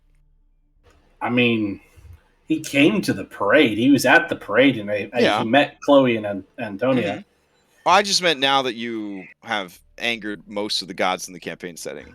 I would have tried to keep him out of it, but I mean, I'm not going to tell him how to run his life. I'm kind of assuming he's keeping his distance because he probably feels some kind of way about Kyra still. Yeah. It's a lot. There's a lot going on there. Cosa del Sol. Oh, shit. I'm sorry, guys. I did not mean to activate that page. I had something break. Ugh. My Foundry's really acting up here. Okay, I can see through a lot of stuff all of a sudden. I got like two Orins, I got a Sophia, and a Chariot. You probably still have ownership of all of that, yeah. Of Orin.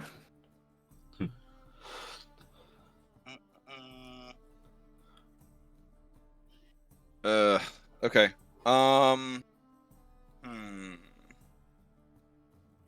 Yeah, I have to restart my Foundry. I killed it. So. Okay. While you're doing that, the night of the party, Siva would not have done anything really productive. He would have probably just kind of skimmed through like news of things he could find out news-wise of the islands that we could be going to. Essentially, meta asking, one, I'm looking for something on maybe Smasher, if there's been anything that would hint that we would know where Smasher is, based off of just news and shit that goes out. And also creatures which could be tracked and killed and sacrificed that we have not already heard of. Gotcha. So you're researching legendary creatures and sightings of a great fighting bear. Yeah. Okay. Right. So in a different legendary creature. In a different legendary creature. What the hell? Your browser's not supported. Wow. Are you getting the WebGL thing again? Yeah. I've gotten it like 3 times in the last couple of weeks. There's been a bunch of updates to Chrome, and I don't know if it's like resetting or something. I've been getting it a lot. All right. Hold on.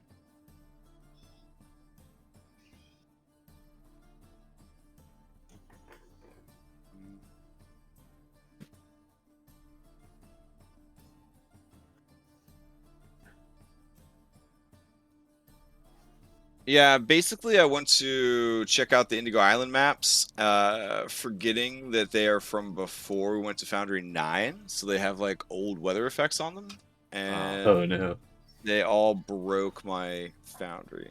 So, gonna have to take like a 10-minute break real quick, see if I can get it fixed. All right, no problem. I'll be back. Is there an armory on board the Stormbreaker? Right. What do you mean by armory? So if I'm gonna make Orin's grappling gun, I'm gonna need a hand crossbow. And so if we've got those in inventory, I'll just use one of those. But if I need to make if we don't, then I can just buy one. I don't think we have one, so okay. Then I'll have a question for Crash when he comes back about selling off some stuff. Because I still have those exquisite Hydra teeth from back when we slayed the Storm Hydra. And then I've vandalized Sidon's temple. Don't remind me.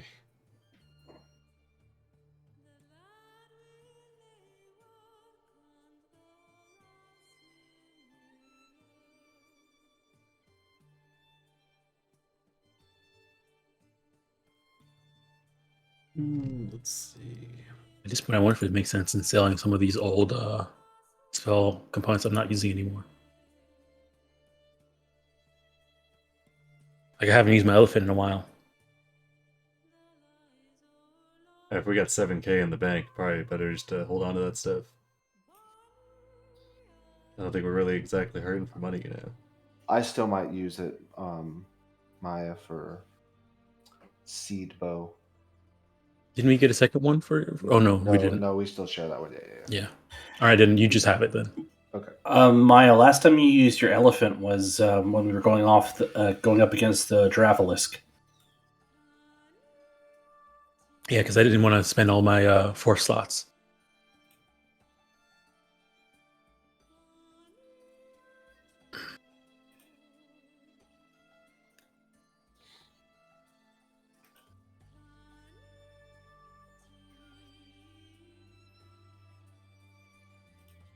Right, so if we're going to be fighting Cetus next, what should I bring? Is the water elemental immune to acid? It has resistance to acid damage. That could be pretty solid. You're not lying. I mean, the issue with me being in Cetus is that I have no melee attack. Well, I mean, everything you're already at disadvantage because you're restrained anyways. Yeah. Correct. So either way, right. So I might as well just cast Eldritch Blast at disadvantage, right? Yeah. Yeah. Okay, I got you. I need somebody in there, so if we have a B team. So if we're actively hunting Cetus, I imagine we have a B team, right? We all go inside there, and then I just put on Aura Vitality while you guys hammer. Right, yeah. Because if I have SIBO in there, I need at least one ally in there so I can get Pack Tactics. Pack Tactics, yeah. So I mean, it makes sense for me to be in there. I'm totally fine with it. Well, doesn't Pack Tactics your ally has to be not? Oh yeah, it's just incapacitated is the thing. Is the stipulation for your ally to work? Yeah. They can be restrained or knocked down or whatever. Mm-hmm. And I could just save my spells for healing if we get to a weird spot. I think we should be fine. I mean, 36 damage basically. All right. Hear me out. Cadmus should be immune to acid damage. You're gonna send you are a mad. You are in. I'm not saying that you should. Oh my I'm God. just presenting the problem is to get eaten, you have to take the bite. Or dodge it. Julian's over here like, yeah, we've got to stay in the ship. It's too dangerous out there. And Andronicus is like, so you got to get eaten by a fucking shark. Well, I mean, I'll hold. See, Cadmus? Not Cadmus. Cadmus. Yeah, Cadmus. Callius. Cadmus is Julian's dragon, and Callius is Andronicus. Inside my armor, and he'll just ride with me. That's such a bad. Oh my God. No. Yeah, it's like on paper, yes, but in theory, no. Seems like, I don't know. Seems like and then is Julian bound to Cadmus? Not yet. No, not yet. Julian has specifically made the decision not to do that, despite Andronicus' offering. I mean, because he looks at Andronicus as like, that crazy motherfucker. I'm not doing that. Yeah, I have a question. So if Maya was bound to a dragon and she like got killed by Hergeron and then brought back by Eleutheria, what would the dragon do? Would it be dead, permanent, or would it be brought back as well? It has to. No, I think they don't die immediately. Yeah, because I think that like within a day, if one of them doesn't get brought back, the other one dies. Oh, yeah, because that incident, if Maya had been bound to a dragon, everybody would have been fine ultimately. Okay. Yeah, I was just curious, but it's good. If there's a cooldown to account for revivifies and quick turnarounds.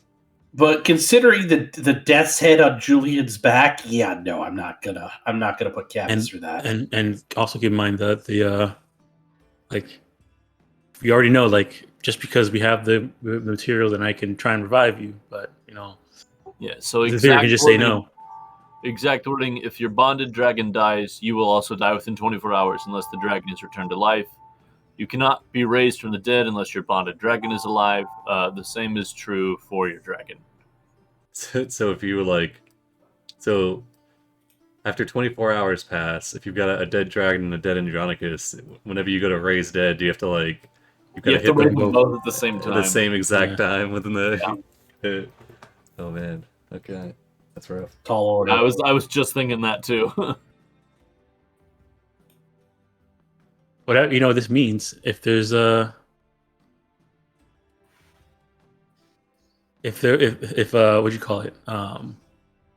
Does that mean that if we're fighting a dragon lord, we kill the dragon, and we run away, and they don't get a chance to revive that dragon, then we probably die. Yeah, but that's a pretty shitty way to try and kill guys. Yeah. Fuck that. Let's kill Icarus and kill Acastus that way. Oh my god. Good luck with that. Yeah, do we really need a dead Acastus though? He's not outwardly hostile towards us. He's just kind of I mean, Acastus did stop the fight so that Maya could. So only because he got called out. Yeah, because Andronicus called him out. He also could have been like, I don't know who you are, fuck off. I don't know, I think it's a case of he wouldn't do that in front of the crowd because then he'll lose support. I don't know. I mean, everyone's been kind of like, what the fuck is Julian smoking when he's been saying stuff? So, do you see Crash's note about the Dragon Ball? Yeah, I just saw it. Yeah. I think he would be very annoyed if we tried to kill Gaius or Acastus that way. I think that's the whale face. Yeah. Like Julian said, good luck killing Icarus. I mean, Icarus keeps being described as like the type of dragon gets painted on the side of a VW van. This thing is like heavy metal. I don't think we're killing Icarus. Acastus to make Icarus die that way, but.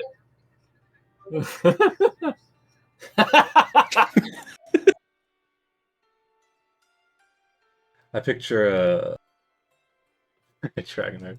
I picture the Aragon books. Yeah, I actually never read them. Oh, okay. Well, there's the main bad guy. So Dom's gonna take over as DM. That was the rules. Yeah, but I might picture be the Icarus DM and NPC for the campaign. Yep. No more Kyra. Maya has a complete personality shift.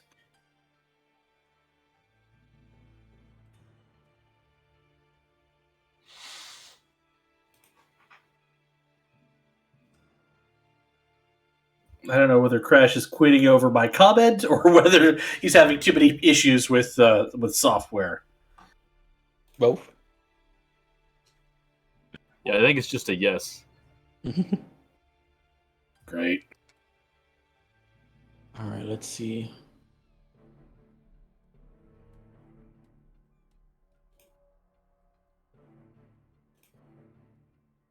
I guess what I can try and do is let me see, control water. I bring this. Do not about the space underneath the ship. Do not.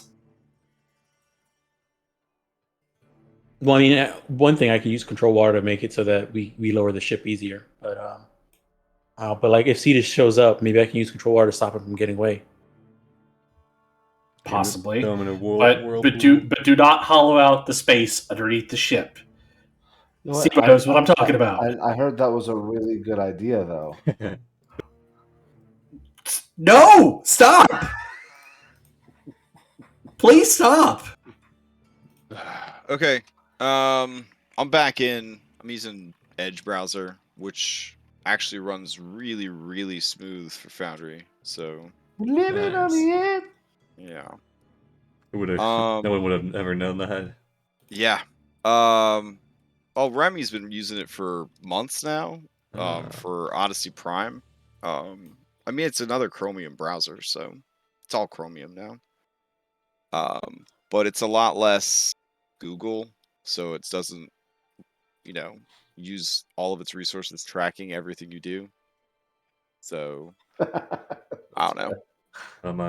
Or forcing you to use fucking Google Lens. Oh my god, don't get me started on that shit. I downloaded a mod to like shut off Google Lens, and I think it broke my Google browser or my Chrome browser. And I don't have time to fix that. So I'm on Edge, and I had to like because some Foundry settings are stored in the cookies of your browser, like half my settings are like reset to basic bitch. So that's gonna be fun. Yeah, we will continue. Let me address. I thought I already addressed this before in the campaign. We're not doing any of that bullshit. Like, if my dragon dies, I die. If I die, my dragon dies. And I'm gonna walk you through it very, very quickly. A dragon lives forever. It's a baby for 100 years. The majority of the races that were Dragonlords were human fucking beings. Why would a dragon, more intelligent than a human being, better than a human being in every way, elemental power made flesh, living magic, immortal, why ever conceivable, right? Why ever would a dragon agree to something that fucking stupid? You sound like the elves talking to Arwen right now. Yeah. Like, I'm just trying to put it out there. It's not a thing. Like, the swearing of the oath, like, friendship is magic. Like, we're gonna watch out for each other. We're gonna take care of each other. All that's legit.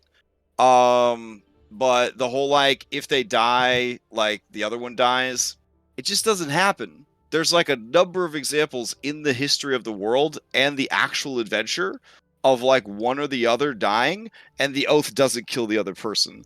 So the general take that all of the DMs for this campaign had is that that's all propaganda. Yeah, the whole like, if you die, I die thing, it just doesn't make any sense. Like, a lot of the Dragonlord stuff doesn't make any sense, but that's probably the most like ridiculous thing of all the things. It was like the writers really wanted to ignore how long it takes dragons to mature. Like, they wanted some fucking. I mean, look at my subclass. They obviously want to ignore that. Yeah. They want that. They want that Aragon shit, where like, if you love a dragon enough, it just gets big. You know what I'm saying? Like, so you feed it enough goats, like Game of Thrones style. At the end of the day, it's still Dungeons and Dragons. They still take like centuries to get to fighting prowess kind of deal. 100 years before they're not a baby anymore. It's like, yeah, there's a reason that they have to like age the dragons up for the bad guys, and then they tell you that it's bad that they age the dragons up. It's a whole thing. So yeah, like, don't put too much stake into the living and dying together forever thing. Because it's just not a thing. It's just not a thing. It's the dumbest. It was the dumb shit in Dragonheart, the movie. It's a dumb shit thing in this. It's just terrible, and we're not using it. And it's probably my least favorite thing from the campaign period. Especially since the people that wrote the adventure didn't even use it in the adventure. It's like they had the intern, after he brought the coffee and donuts, so like, hey, can you write up this Dragonlord's oath? And the guy's like, I guess. I mean, I don't know. I got it. I'll come up with something. Yeah. Because again, there are multiple instances throughout the campaign and throughout the recorded history of the world where like a rider dies and the dragon doesn't, and a dragon dies and the rider doesn't. But they were Dragonlords? ? So, yeah. Also, like, it's pretty sick to swear a suicide pact with a baby. So, anybody who has done that or was thinking about doing it, you should probably reevaluate your alignment, because it's super fucked up. All right. Andronicus. Note to self: don't trust Andronicos' lawful evil. I'm just saying, when you look at it, you are signing a suicide pact with a baby. I mean, Julian has not done that, okay? I just put it out there. Wow. Just put it out there. That's why we don't use the alignment system, because if we did, that would be a pretty evil thing, making a baby sign a suicide pact. I thought this was a heroic campaign, Dronicus. I mean, it's ancient Greece though, so I'm sure there would be heroes in ancient Greece who would love to swear a suicide pact with a baby if it meant outsmarting their enemies. So, case in point, dude that chopped up baby and let it, dribble behind the boat. So, yeah. All right. I'm back in. I got settings. Let's continue the adventure. All right. Any other business in the city of Mytros? Just the news item, but yeah. Oh, the news about creatures that you could hunt and kill. Okay. Yeah. In the Forgotten Seas, which is to say outside of the Cerulean Gulf, there are all manner of terrible creatures. Okay. There is an island by the name of Typhon, which is said to be the birthplace of monsters. It is a volcanic hellscape, riddled with honeycomb caverns and lava tubes, and the worst of Lutheria's creations and the world's monsters are said to take refuge there and wait for the day when they will take over the world. There's also big birds called rocks that fly around and hunt whales, their favorite food, out in the Forgotten Seas. So that's probably something to watch out for. Okay. You also hear about the great dragon Hexia, who is said to dwell out in the Forgotten Seas, though only it's only rumor. No one knows for sure where she's located, but people do know for sure because you teamed up with them, and they're willing to tell you in exchange for helping liberate the island of Themis. Right. Let's see, what else? Any other legendary monsters that you would have heard about? Picklesaurus, definitely faded monster. All scholars at the Academy insist that there is no such thing as the Picklesaurus. It is it is sort of like this campaign's version of Bigfoot or Man-Bear Pig. Yeah, it just doesn't exist. Like, that's crazy. But if it did, would it be a faded monster? Well, I'm super serial about the existence of Man-Bear Pig. Yeah. So if there was a Picklesaurus, it would obviously be one of the most terrifying, powerful monsters you'd ever faced. But there was a number of bards throughout the history of the world who would spin tales of the Picklesaurus and a fake island known as Pickle Island. And it is believed that this bard made up these stories to sort of whimsical, sensationalized stories about a people in a place that just doesn't exist.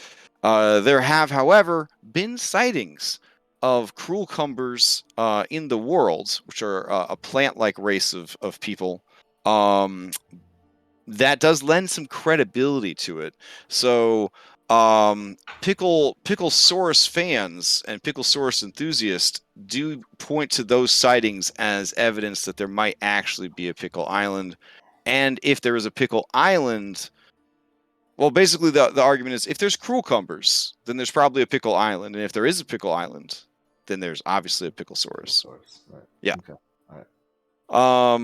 Let's see. Any other creatures? Oh, the Forgotten Seas are full of sea serpents, some larger than ships. There's rumors that Natus, the spring wind, tamed a sea serpent, and it helps her and her pirate fleet control the waters of the Forgotten Seas. Okay. Yeah. And what else? That is said that out in the Forgotten Seas and occasionally within the Cerulean Gulf, you could encounter Talius, Titanborn, son of Sidon, and his party pleasure barge. He just sails around the world, getting high and having orgies on his party pleasure barge. So that's something you could run into. Sidon, what's his name? What's his name? Why am I forgetting his name now? Which Titan kid? Golaron? No. Percheron? Narcissus? Narcissus, yes. Yeah, there we go. Yeah, Narcissus would probably think that was pretty dope. Yeah. All right. It's if they met, oh no. That's the bridge. Battle of the horny NPC bards for sure. Be a flex off. And then I assume came across nothing that would spark a smasher or a crusher. Idea. I mean, bears are relatively common animals. Okay. People will often keep them as pets or ranger companions, that kind of thing. So, like, there's nothing exceptional or extraordinary that you picked up during your research. Okay, no problem. Mm-hmm. All right. Oh, God, that was frustrating. Okay, so not your questions, but my Chrome browser dying in the middle of the session. All right, so wow, it runs so good. I'm gonna have to switch over this week. You turn on a weather effect. Actually, no, that's too. There's a weather effect right now. Let's tempt fate. Yeah, there's clouds, like but rain or something. Yeah, but I don't want you to kill all of our browsers. No. The reason the weather effects from 9, or from pre-9 break in 9 is because they changed the scaling of all of the values. So what used to be like 50 clouds is now like 500 clouds per second. The scaling was already so high. I remember well, that's why they changed it, but the settings are like, so when you bring an older map in that has weather and it comes in here, it thinks that it has like 500 clouds instead of 50 clouds, and so it's spawning 500 clouds per second until your browser breaks. Okay, that makes sense. Yeah, because I remember trying to turn fog onto a map, and the default fog value is you can't see anything at all. Well, fortunately, the majority of Indigo Island is exterior maps, so all I gotta do is just real quick throw them together as needed. Depending on how much exploration you do there. But I only got through 3, and the third one was busted, so I'm not gonna risk any more tonight. I'll just make the others from scratch. So, all right. So you've done a lot. I trust you guys to handle your own financials based on the information that was given. So if you did in fact buy a siege tower and turret gun heavy ballista, I believe you. Yeah, we did. Okay. Treasure. I think we have, I did fix your Stormbreaker map this week, so that's actually working again. So we could just sort of add that wherever you think it would be good. Around the front, right? Crash, quick question. Mm-hmm. Yeah. Is there an armory on board where Julian could have snagged a hand crossbow, or does he need to buy one import? Gosh. A hand crossbow is a pretty exotic weapon for your basic bitch crew to be using, so I would say you'd have to purchase one. Okay. Yeah. In that case, I'd like to sell the 9 exquisite Hydra teeth I've been carrying around on my person. Go for it. What would those go for? Because they're a commodity, the listed price is how much you would get. Does it not have a listed price? Where would I look for a listed price? With the pawnbroker thing, or? Oh no! When we were handing out the loot from the Hydra, we would have just. Okay. I'm gonna have to go back and look. Okay, I mean I can look too. Hold on. Where should we put the siege tower? I was thinking right on the front, but we might want to put it on the side here, so that we can as we get more siege towers, fill up each side. Well, remember, the thing that's holding is a huge ballista. So. Yeah, so it'd be a 3x3. Huge is 3x3. So maybe centered on where Corinna is standing. Okay, yeah, probably right. And then the next one we can put here, or we could stagger them back and forth. So where Corinna is standing to here, and then here, and then to here. I mean, it depends on how much we end up wanting to have.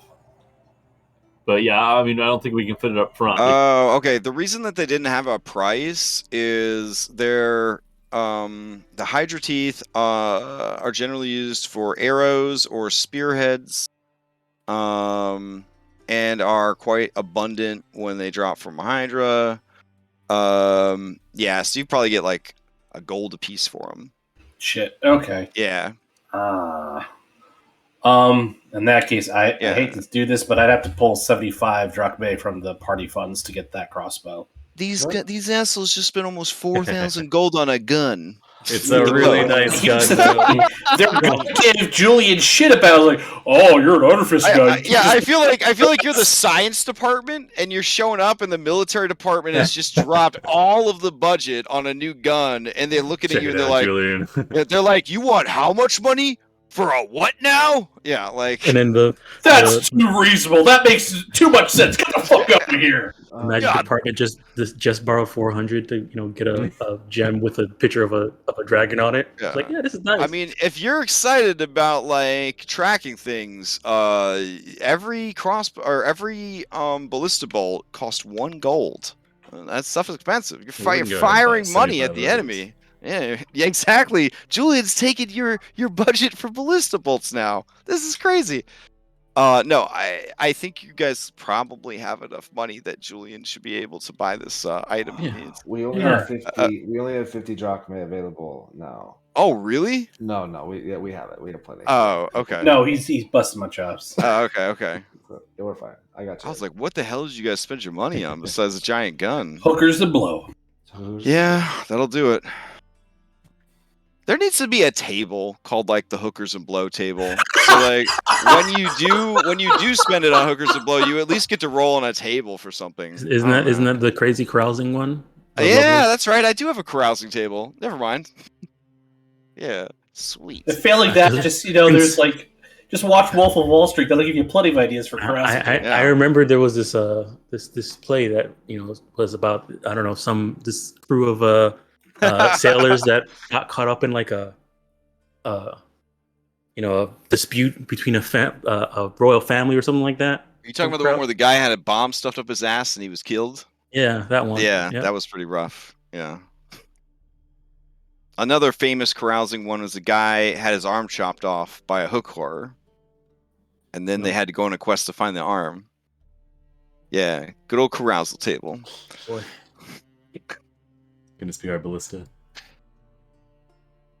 Do you what? Why? It's in a fucking turret. It doesn't matter. Okay, it's cute. Hold on, I'll make it into a mini. Yeah. I mean, this is a huge creature, and it's inside a gargantuan setup essentially. I mean, it probably has to be in like a 5x5. Let me see what I can do for you. This is 3x3. Yeah, it's going to be a 3x3, normally inside a 4x4, but if you want it to be a 5x5 just so it fits the grid better, we could do that. I mean, 4x4 is bigger the better, honestly. 4x4 would be better? Okay. Can we do 10x10? Yes, as big as the ship. I mean, look at this. Look at this ballista. You got to go out and make more money to buy more stuff for your ship, I guess. All right, hold on. I guess we could buy 2 more of these. So I guess with us trying to get Cetus now, who do we want to sacrifice him to? The ship. Still want to sacrifice him to the ship, or do we want to do it to? Because we still have Pythor and Vulcan to repower up. And I mean, I don't know who we were talking to, but it was suggested that if we were to make a sacrifice to Kira, that might fix the amnesia. Mm-hmm. All good options. Also, don't forget about Versi. Pretty sure Versi. I mean, motherfucker. Some of us are running around with fucking magical seashells that we're putting in bitches' mouths and stealing souls. Okay. We wanted to craft all this stuff. I mean, have you heard about Thylea? I like how everybody likes the warlock until they're a warlock. Yeah. You know what I'm saying? Like, talk about double standards. I mean, have you guys heard about our savior Thylea? Yeah, I don't know that. That's a hard sell. That's a hard sell. No, I'm fine with Thylea as well. God. I mean, look, this apple cider that we have right here was from her. That's true. It's good argument. I gotta find out how good that Kush is, though. And once you try it, you'll know. Oh my god, you would just smoke the Kush just to see how it is. Honestly, is it because he's a halfling? Is that what you say there? No, it's because the warlock. It's because he's a halfling. I'm saying it's because he's one of those sorts of players. No. Like, you know what? No. I'm gonna eat the good berry now, even though I have no need of it, just to see what it tastes like. I am already so upset. Okay, about the Dragonlord oath and my crow brows to break it. Now you're gonna bring up bad usage of a good berry, man. No, the reason why Sibo's gonna use it. The reason why Sibo's gonna use it because he's a warlock and he needs more spell slots. And I'm gonna share it with Nessa.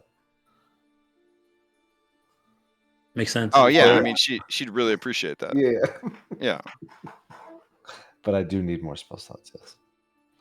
Gotta get that Pearl of Power. That's like a staple for low level Warlock. But I honestly think that the best solution for Warlock is just scrolls. I don't know why Warlocks just don't go in for scrolls more often. Yeah, you could probably. I mean, with how much money we have, you could probably make a bunch of.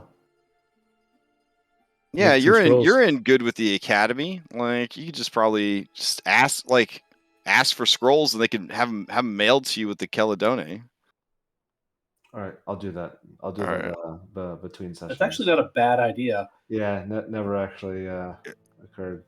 Yeah, scrolls are so underrated because nobody plays Wizard in 5th edition. So, but they're really, really useful for Warlocks. Let's see. Let's go grab this Heavy Ballista. There we go. Yes. Heavy Ballista. Bloop. Okay. Aw, it's coming to us from Skull and Shackles, so it's all beat up. Woo! It doesn't have art anymore, or anything, because I deleted Skull and Shackles. Yeah, F those guys. I mean, I backed it up, but I didn't. I mean, Rhyme is a. Did you delete us? Oh wow! That's what I mean. I did send you guys all your. I did. It was okay when I did it, but now I feel attacked. Okay. It's a 20. Is if we stay at a at the palace before we set sail. That's what a 20% boost to HP. Assuming just for a day. Yeah. I mean, you have it until your next long rest, so unless you don't long rest. Yeah. I've been down that path, Julian. I don't know if we're going to use Julian as bait like on day 1. And if so, I want to have every advantage possible. No, we're gonna wait till day 2 just for that. Well, day 1's a good idea. That way, if he gets eaten, we can turn around and sail back to Mytros in just 1 day to hire the new party member. All right, let me give you guys control over your Heavy Ballista. Telemox is already on board. You're right. Never mind. All right, so there's your Heavy Ballista. Yes, David having to play Telemox. It's beautiful. Just there we go. For that. And then you need your I have to play a new character. I'm going to figure out the most obnoxious PC I possibly could be to throw you guys off. God. A second Pally. Yes. What are you saying, guys? It works. Perfectly. Or just snipes a. I don't Ooh, know. that's pretty heavy. Snipes dinner. Yeah, I don't know what I was shooting. It was a single tuna. And you obliterated it. Just a whale. I didn't really want to blast a whale, you know? Whales are endangered. It was a don't blast a whale. They're like the elephants of the. Yeah, exactly. I knew you'd bring this up. That's why I wasn't shooting a whale. It's a seagull, all right. I knew you'd bring up your religious beliefs. You're like, put a vegan bartender over here. It turns into like a cloud of feathers. I saw what Henry did to that vole and the frog.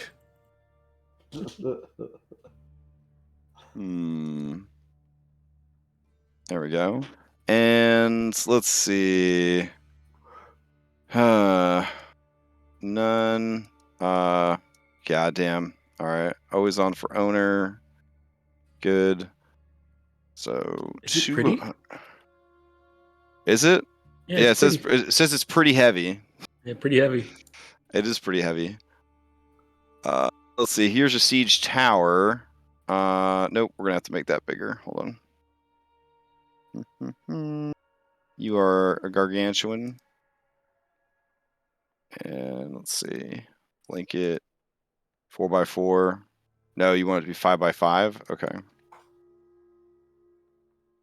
All right. 4x4 is probably fine, given that's the size of the side of the ship there. There we go. Oh, nice. All right. And... Yes. Oh, the problem is, if we're not careful, we'll select it instead of the thing. Okay. So pretty heavy ballista, blah blah blah. All that seems good. Like a Kronos Oh, nice. She got leveled up last week, so that's good. All right, cool. So yeah, that looks pretty dope, actually. Okay. Nice. All right. That's where you want it, is right there. Yeah, might as well. Okay. Okay. All right. And then we're going to get a second one eventually, so. Oh, nice. You put the second one over here. Yeah, we'll have the door be like from right here, so you can kind of like be in cover, get below deck, and kind of get to the siege tower. Like it has stairs up the side. Yeah. I mean, not stairs, but a ladder. Atticus, how come what are you always doing on the deck? He just kind of cocks his head at you and starts to sort of run circles around you. Yeah. All right. Let's see. Julian's gonna step away from the edge of the ship. There we go. Yeah, Warren holds up the rope. Well, Julian, is it time? All right. So you guys are going to be dragging for Cetus then. I don't know. I thought we were just lowering the ship down. Okay, yeah, let's go with that. Wait. So you're just lowering the ship, but you're not putting him out there as bait. I mean, I think we're putting him like on the deck as bait, but not like out there as bait. Okay. Yeah, the way you're phrasing it makes it seem like we need to put him in the water. I mean, I'm asking, is he being... Your original thing was Andronicus was going to cling to the bottom of a jolly boat. And then... No, that was my counter because they were going to throw me out there at the fucking jolly boat by myself. Okay, the plan has been changing rapidly, and I only could hear you guys through the voices popping out of my headphones that I had set on my desk. But my hearing is so keenly attuned to the bullshit of the Dragon Oath that I heard those parts specifically. But I don't know if the plan changed too much after that. So after that was mentioned, I mentioned that we could probably lower the boat again. Okay. And then I think we decided to go with that. Got it. Okay. Warren puts the rope away. Just let me know. All right. Let's see. You and your rope. And Crash, about how would it take like a day or two to get that grappling gun started together, or is that something I could do in a matter of hours? Let's just say it was finished during the downtime. Okay. Okay. All right. I don't have an item made for it in Foundry, but for now, just call it whatever you're gonna call it, and then Kevin. I'll put like grappling gun, and then we can figure it out on the fly. And I'll just modify hand crossbow. Yeah. So figure 30-foot range, and then the extra slack is for tying up, and also it's got to be anchored to the hand crossbow as well. And then you've got interchangeable heads depending on the situation. It's fantastic work, Julian. My Chrome browser is so effed. I can't copy paste out of it anymore. Fuck. Yeah, I have to do a fresh install. I'm thinking. Okay, that's okay because the best browser in the world is available, and that browser is Edge. Oh, I thought you were using Firefox. Putting it out there, it's Edge browser. It's so good. I love it. Edge browser. Yeah, it's giving me the edge. Crash, stop edging on stream. That OnlyFans content soon. Hashtag soon. All right. You're edging up to a sponsorship there. Oh yeah. I mean, there has to be at least 2 or 3 other people that use Edge browser, so I'm sure they appreciate it. All right. What? Why can't I use it for my other Twitch account so that I can get more fan inspiration from you. Smart. Do you really run multiple browsers? Yep, and then I also run multiple accounts on my Chrome. Oh my god.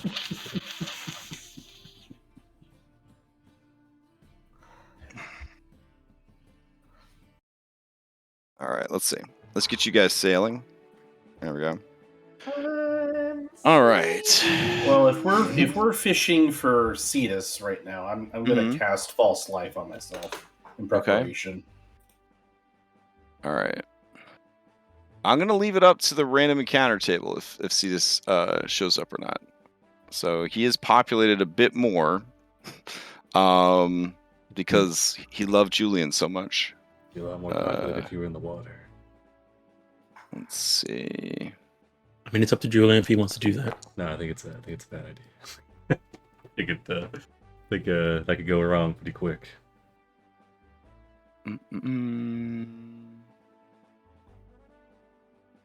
All right. Use the illusionary train to make it smell like Julian is in the water. What is a signature Julian smell? I don't know. Cheap wine and sandals. Well, hold on a second. Now that we're in the money, it's mediocre wine, sandalwood, lavender, and that lingering sort of musk. Oh, out of curiosity, do you guys make a sacrifice to Sidon to speed up your travel times? No. Okay. We haven't been. I'm assuming we're keeping that going. A single chicken, just so he knows that we remembered. Wow. All right. I feel it's going to slow us down even more. Yeah. So we've talked about doing that before. I don't think the presence of Julian on the ship increases all travel times by 1 day. And then the blasphemous offering of a chicken increases it by another day. So it's going to take you 5 days of sailing to get to your destination. Worth it. All right. So from. 1, 2, 3, 4, 5. All right. Cool.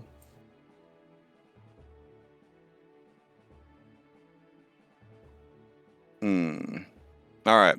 So let's see. That brings us to would be the 29th day of Gamleon by the time you arrive. On the... I'm checking. Okay. All right. Let's see. Really anxious to get eaten, aren't you?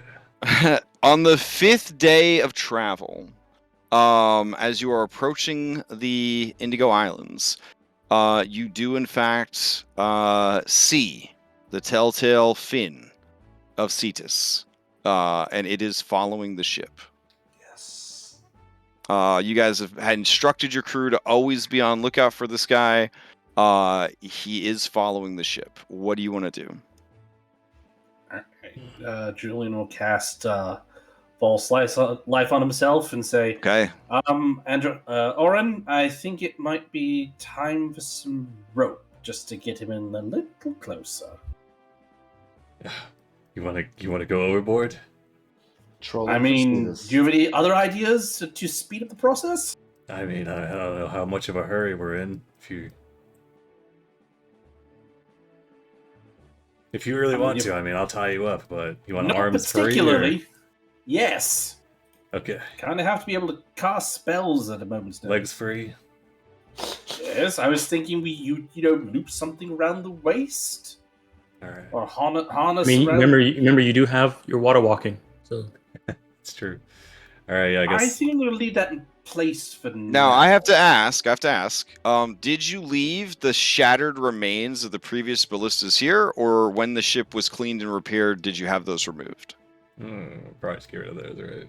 yeah, probably remove them. probably be a little bit low. That would be a bit morose. Yeah, a little demoralizing. Yeah. Okay. But we left the bodies. We just. no. We actually spent money on that. Yeah, Okay. yeah, I mean, I asked because Cetus is relatively intelligent, so. We should have. You know what? Actually, can we have the B team, since we see him coming? Can we have the B team assemble and be the ones that operate the ballista? So that's what they're doing in the background, I guess. Yeah, sure. What's the B team that you have assigned for shark hunting? Well, Corinna looks anxious, like she's ready to fire, and I mean it fits with her being an archer, you know. And smart, I guess. How smart is Corinna? Corinna is. Let me see her news stat block. Hold on. As long as she's got like a 12 or 14, should be good. She's got 14. All right, nice. Yeah. She'll be a chief gunner then. And then what else do we want to throw in there? Edicus? Ooh, I wonder if she can apply these new abilities to the we wanted ballista. Edicus for sure, right? That'd be pretty dope, honestly. Yeah, Corinna's passive is the proficiency, but then she has the bonus action, take aim, 3 per short rest. She can Yeah, that could be pretty useful. gain advantage on your next range attack. I mean that she's like transitioned from scout into arcane archer now, and so it says arcane archer when they hit with a ranged weapon attack, they can activate these abilities, and I guess a ballista is technically a ranged weapon attack. Oh yeah. Yeah. Oh my god. So she could do curving shot, force bolt, flame bolt, and distracting bolt. Nice. Wow.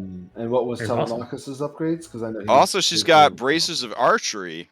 Yeah, we gave her braces of So archery. that's another 2 damage on top of whatever you would be doing with the ballista if she's in charge of firing the ballista. To hit as well, or is it just damage? God damn, Corinna, it's just damage. Yeah. We've been trying to take good care. We've been trying to take good care of Corinna. Yeah. Yeah, no, for sure. Maya, do you like? I mean, you we take kind her of on owe it to her, like letting her girlfriend not survive. Ooh, she doesn't know that. She doesn't know that. No, she does. I think Maya, she you, does. No. Maya, you take She doesn't Corinna know. on the ship and just kind of Vanna White the siege tower and the heavy ballista, like here you go. This is your post now. There's 2 of them. Alrighty. All right, so throw Edicus in there because Okay. throw him. Yeah, I'll chuck him in there because Anita's hack tactics. Yep. I always default to Telemachus. All right, chuck Telemachus in there. All right. So we got Edicus, we got Corinna, we got Telemachus. Kyra for the Kyra, okay. So we can forget to use inspiration. Yes. All smooching. All right. And porcelain. So we And can porcelain? do that again. I don't know what number we're at. That We would be forgot to fit. do it last time. Yeah, sure. It makes sense for a hyena and a pig to help operate your new ballista. So I mean, Telemachus will pick up the slack. In their mouths, and a pulley system to control the flap for the port. So retrospective Ultros crew will fill out the 6 slots, and she will look back and say, "It seems strange that they would assign a piglet and a hyena to help us operate this cannon." And also, one day I'm gonna porcelain were added awaken too. one of them. Yeah, you say that, but you'll see. It's Telemachus. That's never mind. And no, we're just Nobody kind calls of shut the flap. All right, Pythor wants to know why he was not chosen to fight this thing, and then Kyra shakes her head and he says, "Ugh," and he goes below decks. I mean, we could swap Pythor and the pig. Nah, we were fighting Cetus. We call. But I just realized something. We have Kyra though. Isn't she? Can't she not fight it too? She's encouraging her friends to do a good job, not fighting. Okay. She just kind of shakes her head at you, Maya. Come on now. It's basic 101, wiggle out of oath there. I'm just picturing we call Pythor up on deck, and he's like, "Yeah, all right." And then we're like, "Yeah, we need the piglet in your beard." We take the piglet and we put it in the siege tower. And you send him back down below. No, don't feel bad. Do not feel bad. Do not feel bad. That guy, he might say he's gonna jump in and take a hit for you, and then he'll just punch the shark in the face, and then we got a broken oath, and then we've got all sorts of issues we got to deal with. No. He's much better below deck. All right, fair enough. All right. Porcelain has proven themselves capable. As long as we remember to use it. I believe that's a she, right? Porcelain. No. The ability. Oh yeah, you're right. Yeah. And also one day we'll be able to have a nice conversation with Porcelain. Oh man, it is a heavy burden to awaken a creature. Druids don't seem to understand that, but because based on everything I know about druids in 5th edition, they awaken every other thing they run into. All right, it's really expensive. Yeah. So yeah, he's coming towards the ship. He does seem to be keeping a distance because you guys did kind of whoop his buns before. I jump on Owen's back. All right. If he gets within 300 feet. Yeah. I could. Oh, I'll see if I can do this. Hold on. Let me read this real quick. Pretend we don't see him until he gets close. So everybody turn your back like a dog. Yeah, we look at the so, other all right, let me okay, check. actually, guys, he might fall for that. Hold on. I'm gonna do an insight check. I need a group performance. Yeah, Owen turns his back. Okay. Oh, it's such a nice day. So calm on the waves here. Yes, the ocean's a lovely shade of puke color. Very nice. All right. Oh, look at those waves over there. Okay, so sensing his opportunity, he turns on the combat music.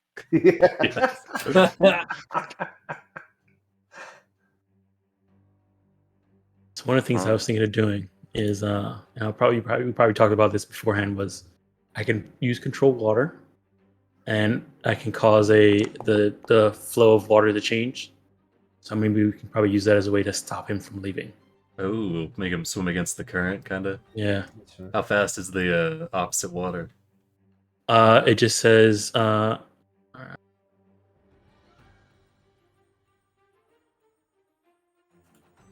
This is gonna lead to trying to figure out how fast a megalodon can swim. There you go. Well, I mean, it's already got a swim speed. That's not the hard part. The hard part is figuring out if we could change the current. So I changed the flow of water, and it would do whatever it needs to do to go in that direction. So it would move over water, move over objects and walls and stuff like that to get out of the way. The water directed, but once it moves outside, okay.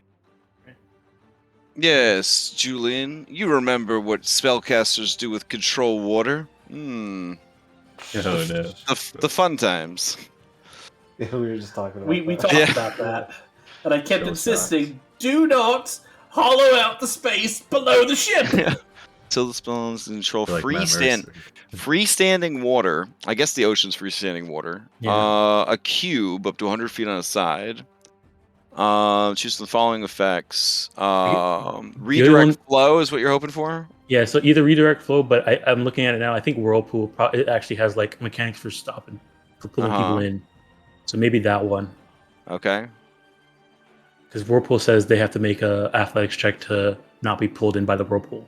Okay. Yes, but it is a giant fuck-off shock. I think its athletics are pretty on point. It's pretty good. I think you could still fail against your DC. Yeah. All right. Horn claps you on the back, Julian. Holds the other end of your rope. It's like one of those things they put on rowdy toddlers at the mall. Leashes? Yeah, toddler leash, yeah. Now, remember, in the ocean, it's going to be 50 feet at the top, but 5 feet at the bottom. The whirlpool. So it's like a cone.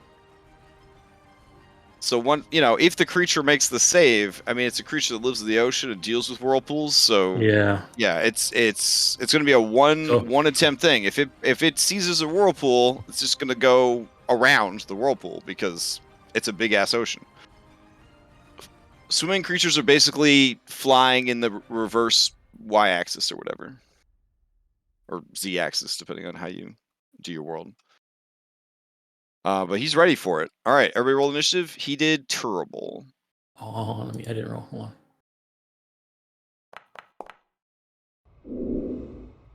All right. All right. So we have a spicy complication to start things off. Sudden shift. You and a random creature within 20 feet. Oh, they ain't nothing. You're on. Maya foot. Yeah. Unless it's Julian that you swap places with. Little do I know that Maya's Julian is not within 20 feet. I think your only option is Orin. Yep. Hey, you want to swap? All right. They have to swap. Good, swap. Yeah. Or I can just fall prone. Or you can fall prone. Yeah, we can do that. You can stay forward. All right. So, Orin, you're up first. All right, Orin. Well, if you've got the other side of the rope, am I next to you? Do I need to change my position? Well, it depends where you want to be. I mean, because I figured I'd just dangle off the side by the siege tower. All right, try to lure in the shark. I mean, if we can tell it's coming, do we want to fucking do that? Don't know. Orin's holding he's holding the other end of Julian's leash, and he's readying himself to reel him in when the shark gets close. You're gonna reel in the shark? Reel in Julian. No, reel in. Oh, okay. Actually, I mean, if he's coming now, why don't I just reel you in now? Yeah. I mean, you could. All right, Orin will reel in Julian. What are you looking for? I will not fight it. All right. Is it athletics? Yes. Yep. The stressful situation. I will fail the check. Okay. Yeah, no problem. All right. That would have been. So do I get pulled next to Orin or halfway? Yeah. I see you would have been down there. Let's see. It would be an action. It's basically like a grapple, and then you're just pulling them up. So you pull them at half speed, and you have the boat low in the water, right? Yeah. Yeah. Okay. All right. I'm like off the side, like halfway up. So I'm like what, 10 feet off the edge? That's 5, right? If you're having the boat low in the water, it's normally 40 feet above the water. So you guys would be 20 feet above the water right now if you're having the boat going low? Yeah, okay. So you're still kind of hanging off the side there. All right. Orin, who do you pass to? Julian. All right. And you can pull yourself up the rest of the way, Julian. Like it's part of your movement. Okay. Yep. In that case, I will, just part of the rest of my movement, I'll move all the way up to the deck.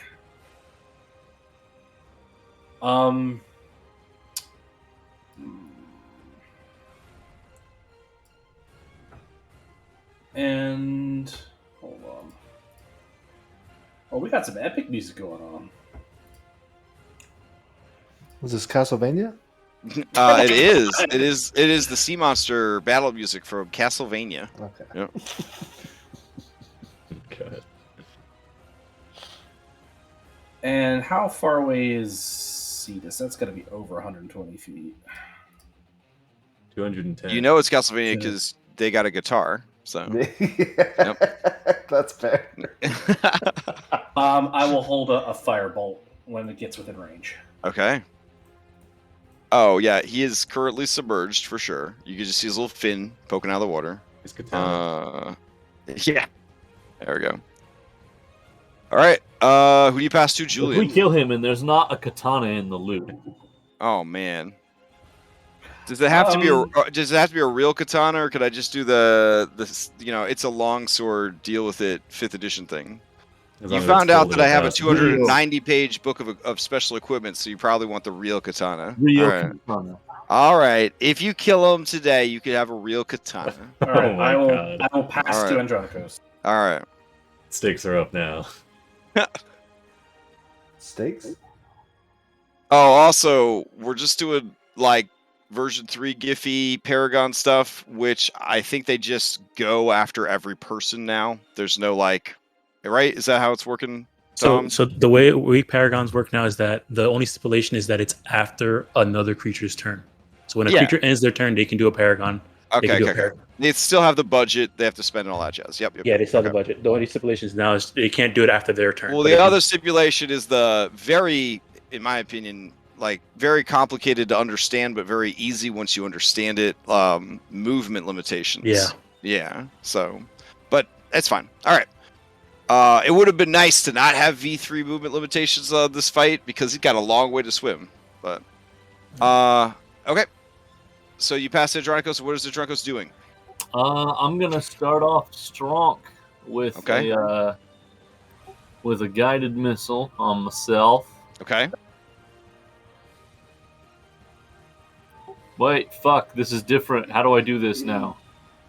What happened now? Oh, okay. I think I see it. Okay.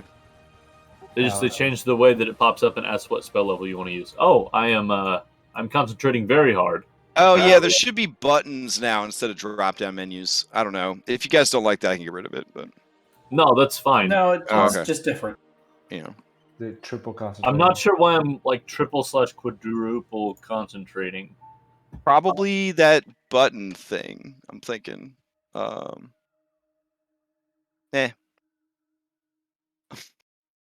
Cool. Okay. Interesting. And then I'm gonna throw my javelin lightning at him. Okay. Actually, no, that's probably not a good idea because if I miss, it's lost. I'll throw a regular javelin at him. Fair. You're gonna have to have a really good arm on that. Well, it doubles its range when I cast the thing also, and it gives me advantage. Sweet. Okay. So you would make a normal attack roll then, which is a 20. That would definitely hit. All right. Takes 8 points of damage. Yeah, that's probably it. I will put my other hand on Julian, so that I have an in if he tries to get grabbed. And then I will pass/have initiative stolen from me. Okay, yeah, he will definitely steal initiative. You hear the bloops of 4 Paragon actions. He's gonna start swimming up. Let's see. So he's gonna swim. And then I guess he will dash. Which honestly, he won't be able because you only dash once, right? With the new version 3. So, yeah. So he can only move the same amount of movement he would be able to move on his turn. Yeah. So he just can split it up between Paragon actions. Yeah, but if he had to use both just to close the distance, like he's got all these Paragons he can't even do anything with. So, yeah. All right. Then he will also swim down just a bit, so it'll be like 20 feet below the water. All right. He'll pass to Sibo. And then once he's within 120 feet, I'm gonna let loose that firebolt I was holding. Okay, go for it. He will be submerged, so he'll have resistance. You okay with that? Yeah, I mean, I knew it was sort of a bit of a fool's errand, but I was like, I gotta do something, but I'm not wasting the spell slot. Fair enough.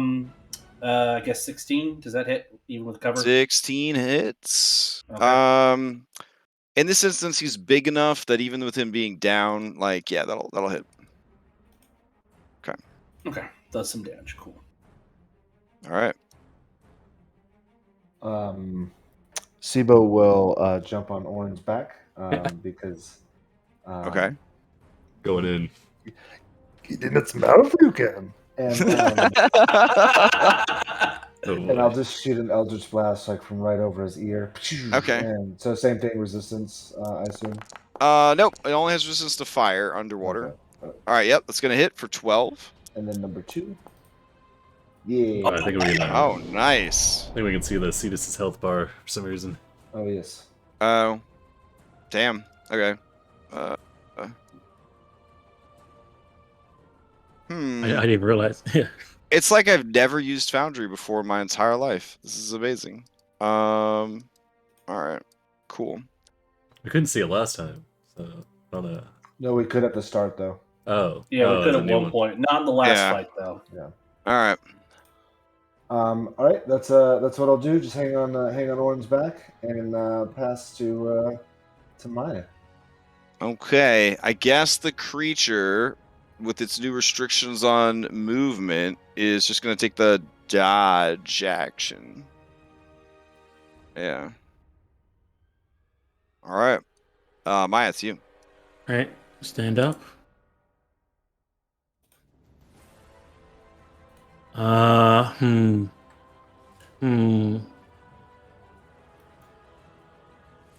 I guess. All right, control water or elemental. Only you can prevent forest fires.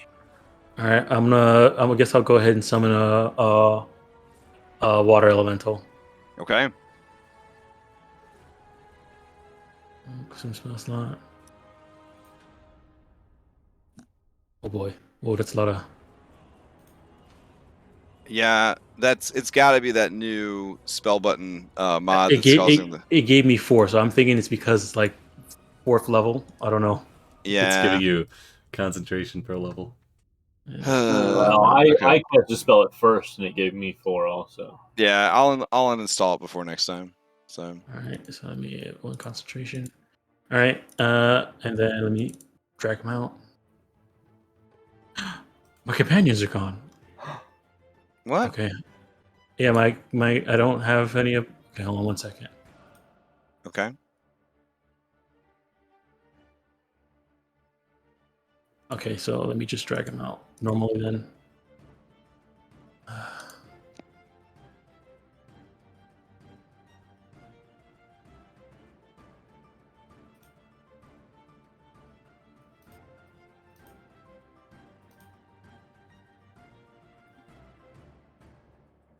Oh, he's still hurt.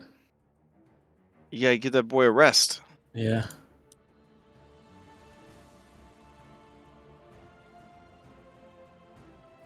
There he is. All right. Put him in there. Far low. Where was that? Okay, 60, so I can put him a little bit closer. I'll have him go there. I'll use the rest of my movement to step.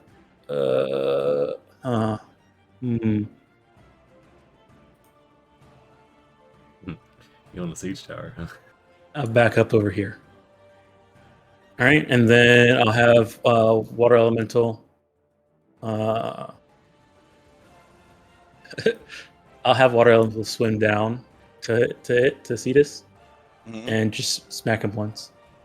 Okay. Oh, actually no, twice because I didn't have to dash. All right, 1, 2.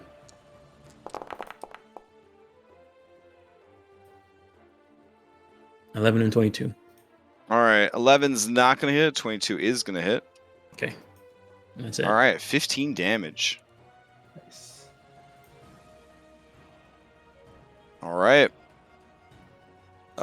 Let's see. Yeah, he's gonna steal. Okay. Into the new round. All right, here we go. All right, so dodge action stops, and let's see. I don't think he's gonna care too much about this guy. I'll move to here, and yeah, sure. He'll move past your water elemental, so he can make an opportunity attack if it wants. Oh, damn. 14. 14 is not going to hit. All right. All right. And then he's going to move up onto the ship, and he will breathe out his icy breath. Frosty salt water, etc., etc., etc. All right. Do I have half cover on Orin's back? You do not. Yeah. I will say that Maya has some cover. So Maya, Yeah. you can make the even though it's a Constitution-based save, you can make it at advantage. All right. All right.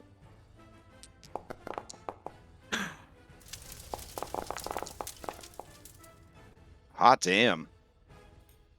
Damn it. All right. You know, we forgot to do Sibo.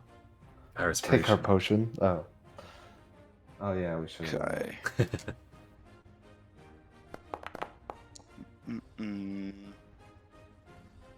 Also would have helped if we were standing 5 feet close to Andronicus. It's true. Damn it, Andronicus, why didn't you back up on your turn? It's on us.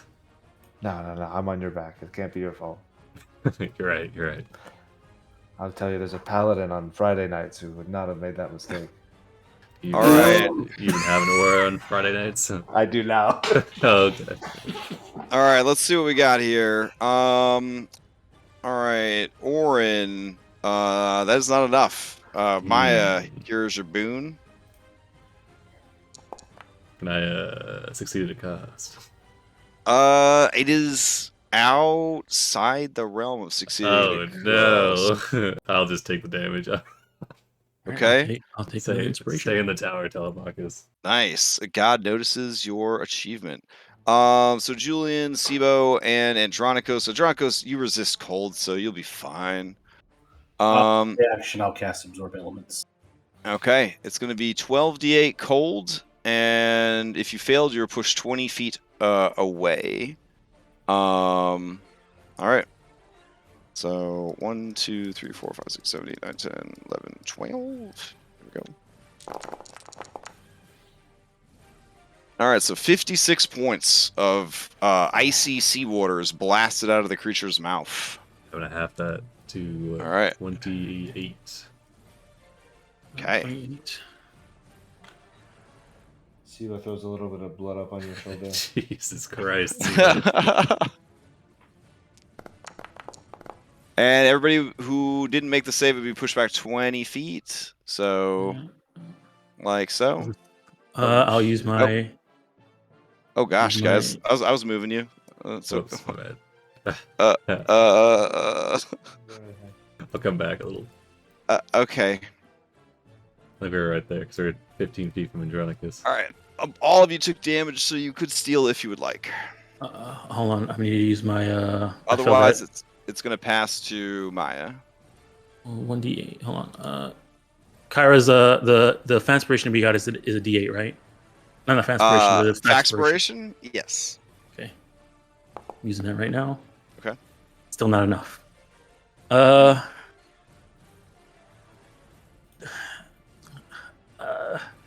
Water Elemental. This is going to be good. Is it worth... okay, I succeeded at a cost. Damn. Okay. Here is the cost. An item you are holding is disarmed, lands 20 feet away. Well, to 20 feet away. You passed the con save, so you'd only take 28. So the DC would only be 14. Yeah, I rolled a 12. They got 13. Yeah, 12 plus dang. 1. All right. Item I'm holding. I have my shield. Your ollie. My shield and my spoon sickle. It's fine. It only went 10 feet. So if it had gone 20, though, it could have gone off the boat. Okay. Let's see. So it's right about, we'll say here. Okay. All right. So we'll say it hits the side of this, and then we'll just have it land in this space right here. Okay. All right. Okay. Who wants to steal? Otherwise, it's passing to Maya. Sibo steal. Sibo steals? Okay, Sibo, you're up. Alright, I'm going to heal myself. I'll cast a little Cure Wounds on myself real fast. Oh my goodness. That's fantastic. It's a little rough. Then I will bonus action Healing Light myself, because that heal was terrible, for 5d6. Give myself 16 more. Okay. And then that's it. Who wants it? I'll take it. All right, pass to Oren. All right, so carrying a Sibo. Is this half speed? Oh wait, sorry. As the thing, Paragon, he's gonna use a dash, and he's gonna swim along the side of the boat here. Oh, nice. Yeah. Well, this is exactly what we're looking for. Yeah. Okay. Yeah, he's looking for you. He want to eat you. All right, Orin and Sibo up on this little raised platform.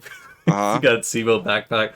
All right, Orin's gonna bring out the grappling gun, and okay. He's got it aimed, and he's aiming into the mouth of Cetus. He's waiting for when it goes to eat Julian. He's gonna shoot for the uvula.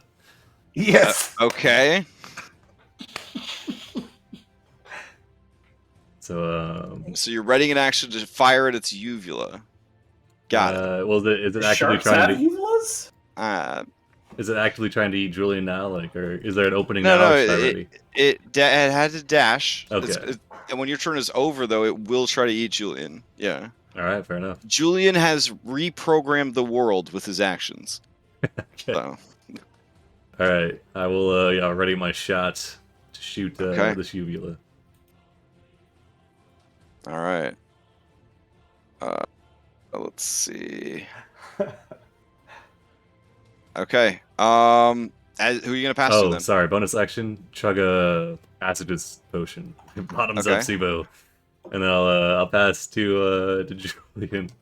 All right, Julian. As he's passing to you, your two delicate but well-renowned butt cheeks clench in anticipation, because you know what he's going to try to do. He is going to try and eat you. This is a simple creature, born of the gods, servant of the gods.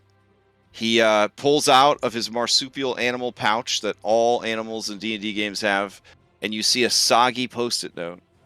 He looks it over. He reads quietly to himself, "My penis is so small. Do you feel it?" He tucks the note away, and he lunges forward. Oh my god. Holy moly. As the mouth is open. I think I'm just going to retire from D&D. I don't know. I think I'm done. The troll battle yesterday plus this, I think I'm done. Done with D&D. Oh man, speed is 0 until the end of his next turn. All right, so Julian, he goes to bite you, and as he opens his mouth wide for the bite, Orin perfectly hits the uvula, question mark? I don't know, the back of the shark's throat. It's a bacterial. That's what I'm trying for. I'm trying to figure out this. It starts gagging on the grappling hook. Okay. Oh yeah, I forgot. It doesn't like reel us in automatically. No, it doesn't. Damn it. Okay. There's a limit to what we can do in this world. No, that's fine. All right. Well, yeah, we wrap up its uvula, I guess. That's why I said it took a whole action, because I thought you fired it and then it would start pulling you. What if I readied myself to jump in? If you wanted to have that thing, I mean, we could do that. I think that'd be like really good for artificial movement, though. We'd have like a whole bunch of Spider-Man shit. What if I just readied myself to jump into the mouth and then I shot the uvula for flavor? Okay. To kind of give us some like stability. The goal was you were trying to get in its mouth, right? Yeah, exactly. Okay. Yeah, just do that then. That's fine. Can I do it acrobatically? Yeah. I mean, it wants to eat you. It gives you advantage. Nice. Okay. Bottoms up, Sibo. It fails on purpose. It eats you. Orin salutes you, Julian, as he slides down the throat. All right. I returned the salute. All right. Off you guys go to the tummy. Yes. And as you're sliding down, Julian shouts out, "Don't forget to drink your potions!" Yeah. You drank your potion, of course. Sibo, you wouldn't forget that. All right, Julian, your actual turn now. All right. You're still doing an action to attune to item, right? We all agreed to that rule? Yeah, I think so. Okay. All right. And then in that case, action, I'm going to attune to Xander's axe, since I wasn't sure whether we could be close in or at range. And then bonus action, I'm going to use I'm going to use one of my boons from Vulcan to cast Shield of Faith on myself. All right, sounds good. And I'm just going to stand my ground.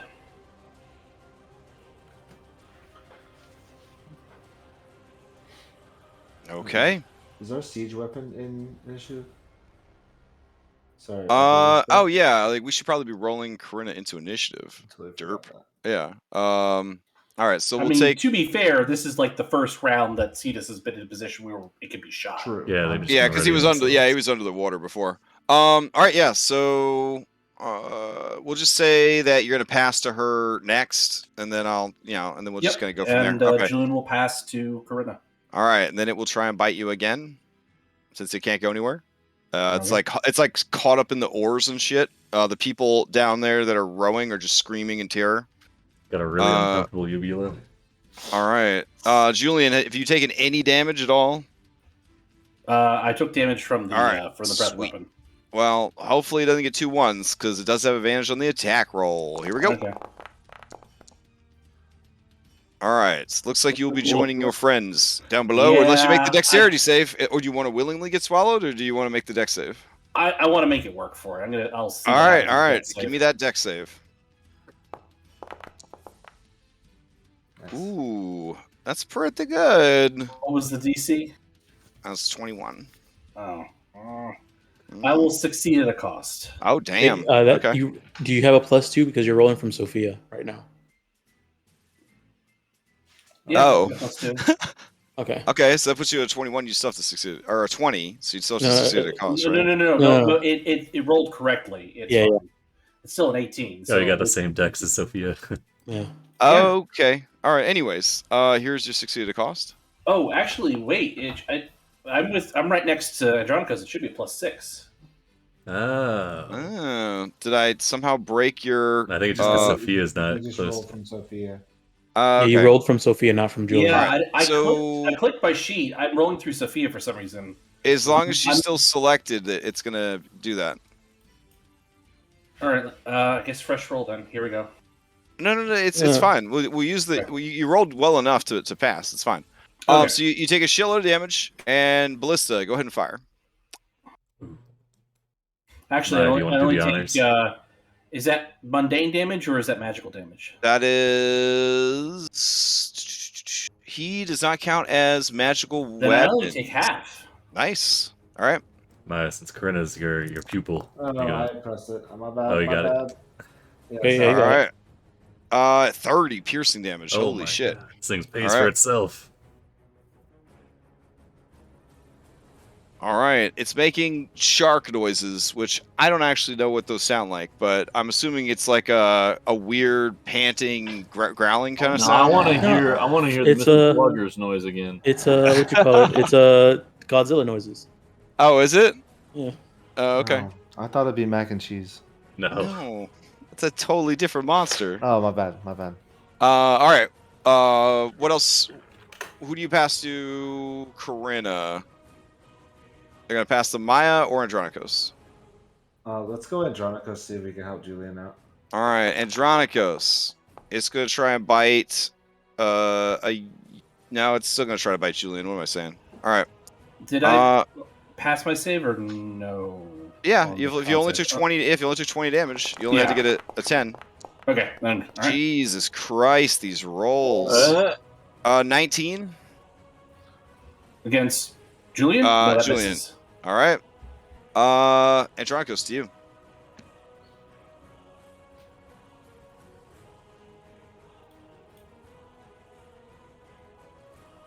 Chronicles? Yeah, sorry. Yeah.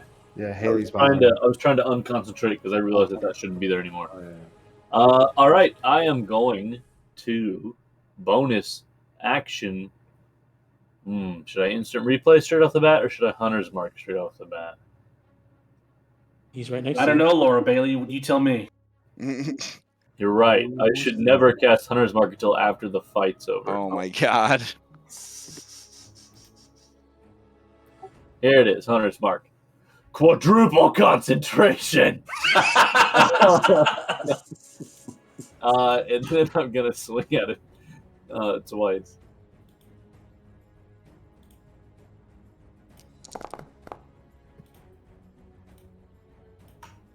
Let's see. 15 is gonna hit. With Orin on the inside. Oh, right. Wink. I mean, technically. Both of those are gonna hit. All right.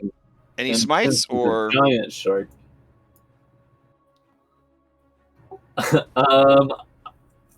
Oh no, but I do need to get Maya's smite bucket added onto my sheet. Oh, and don't forget your Hunter's Mark damage. Yeah. There's the Hunter's Mark damage. All right. And that's gonna be all for now. Okay. We'll pass to Miss Maya. All right. Maya, it is out of Paragon actions. Do You're I up. need to hit the in-turn button? Nope. Okay. Will it come up if I do? Probably. The way things are going tonight, it'll probably crash Foundry. Yeah. Okay. I should probably do some healing. Okay. I'll bonus action cure wounds myself.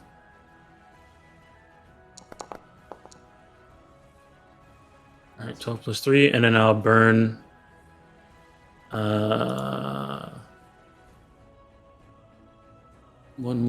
two more of these. Oh, one more. We'll do one more. All right. So that's.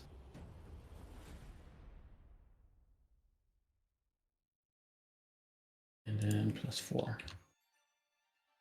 right, so bonus action that, and then action. No,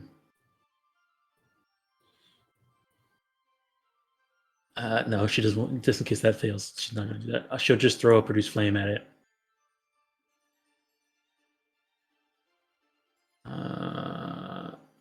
It is definitely not submerged anymore. It's far enough out of the water that it's. 15 will hit. Takes 12 points of damage. And is bloodied. Oh wow. Yeah. Okay. I mean, we've been focus firing. We were prepared. Yeah. And then I'm gonna I'll see if I can get some cover in the corner here. Mm-hmm.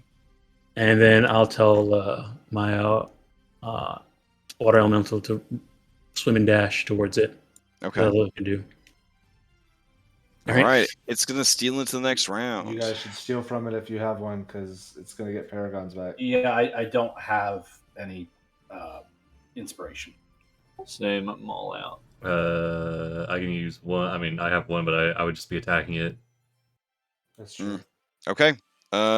Here comes the stomach acid damage. It's only a gentle 66 acid wash.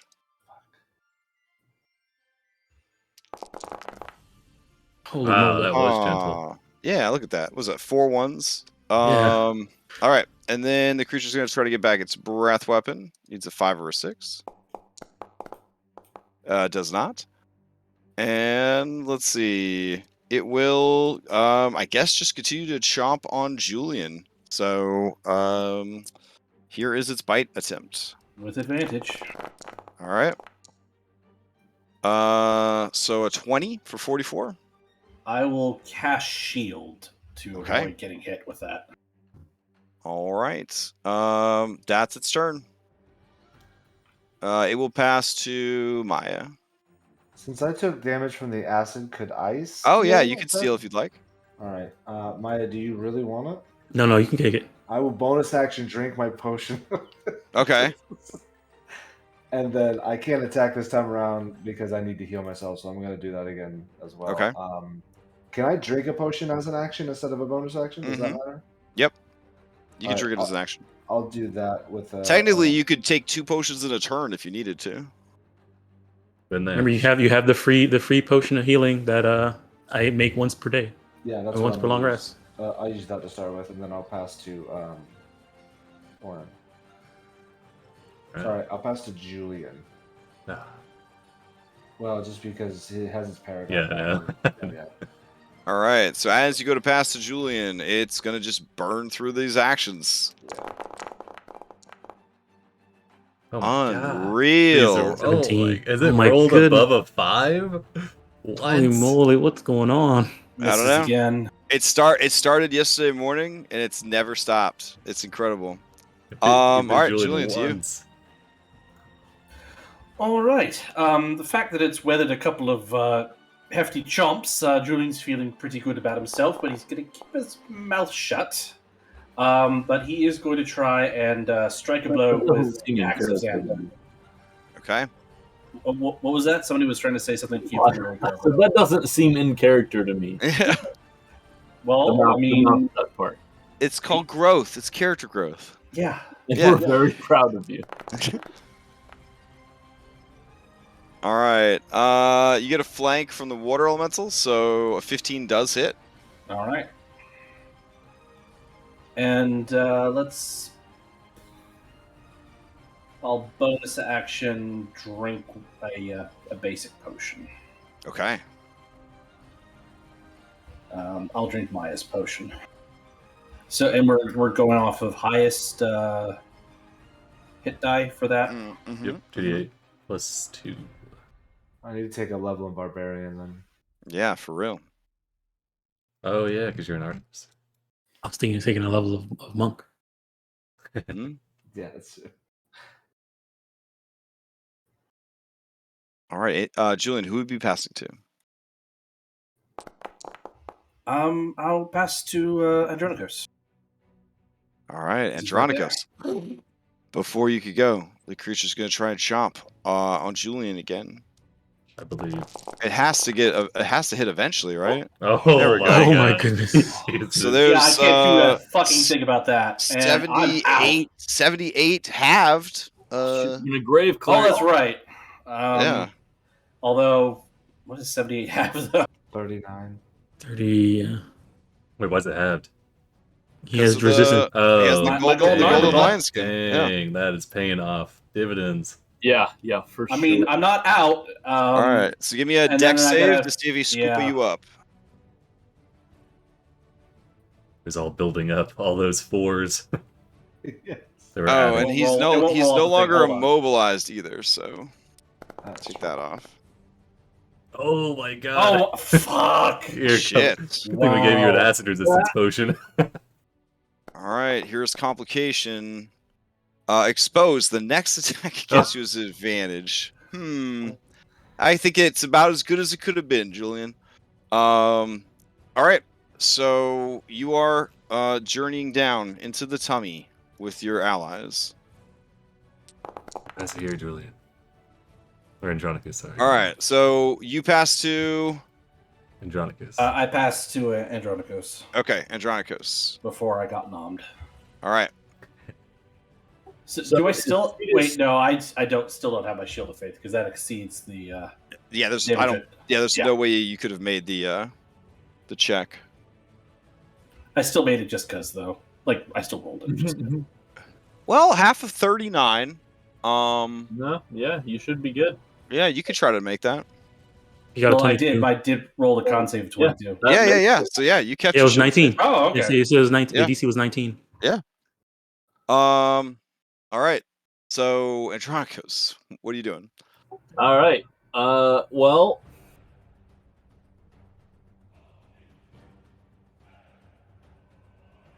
I'm gonna jump on Cetus's back. Pipe. Okay. Just because if he starts to go away, I want us to be able to kill him. All right. So you're gonna grapple him then, or start moving into his space, and then if he tries to get away, kind of grapple to hold on to him. So, I have vehicle proficiency surfboard. Oh my god. god. That will give you advantage to grappling him when he tries to get away. Okay. Okay. And then right now I'm just gonna attack him twice. Yeah. All right. So we'll say that you move on to him and are attacking him, and then when he inevitably is going to try to get away, you're going to try and grab him. Okay. 19 with a +2. That's going to hit. I'm gonna go ahead and smite him as well. Okay. Um, You should have the little smitey thing. we haven't found that he's weak to anything before, have we, guys? No, we haven't. No. He does not seem to have any resistances or immunities that you have detected. So my smitey thing, where would that be? I dragged it onto your sheet, so go to your second page where it says inventory. It should be under Okay, so it weapons. should be in my inventory page. Okay. Is that it? Smiting stab? Yep, there it is. Smiting stab. Is that? I don't know if that's the right thing or not. I didn't set it up. We can give it a shot though. What's the item that you made called, Dom? It's an actor called Smite Bucket. Oh, it just has you all the made an smites in- actor. It has all the smites in there as magic, as spells that are innate. Smite buckets. Got it. Okay. Then let me dump all that shit on you. Hold on. All right, so let's ignore smiting stab then. That's what you have them as spells. All Yeah, right. they're spells. There we go. 1, 2, 3, 4, 5, 6, There's a lot of 7, smites. Yeah, there's a lot of smites. 8. Did you have to make all those? Yeah, I Nine. made them all for a paladin in our rhyme game. For Zalthu. Zothu, yeah. All right. It shouldn't be tied to anything, so you just be able to click it and it should work, I think. Yeah. And then the dice should automatically calculate based off your paladin level. All right, I guess let's try it out. What's the difference between Searing Smite activation and Searing Smite damage? Is one when you do it the first time and the other the fire damage afterwards. Okay. Mm-hmm. He's not submerged, so fire isn't... Correct. He's not submerged yet. You could tell that he is intending to do what he did last time. He has Julian. He's going to swim away with him. Okay, I don't think I have access to staggering yet, so I'm just going to regular. Okay. Now, you do kind of realize, I think, having fought him before Andronikos, being a Triton, et cetera, that he is going to try and flee, so he may disengage. So you may want to use your second attack this round to try and grapple him now, because if he disengages, you won't be able to do it. Yeah, I'll do that. All right, and then this adds an extra 12 radiant. Got it. Correct. Okay. Ooh, all right, 16. 16 because he could fail. He could fail. I have no doubt he will. We've seen it. All right, here we go. My God. I will succeed at a cost if that's Okay. something that's able to be done with this. Yep. Oh, right. 6 more damage from my thing to Hunter's Mark. All right. Oh. Yep, that's about right. Okay. I mean, yeah, sharks are covered in very nasty shark skin. So That katana got Tell you. yourself the katana. it's razor sharp. Oh my gosh.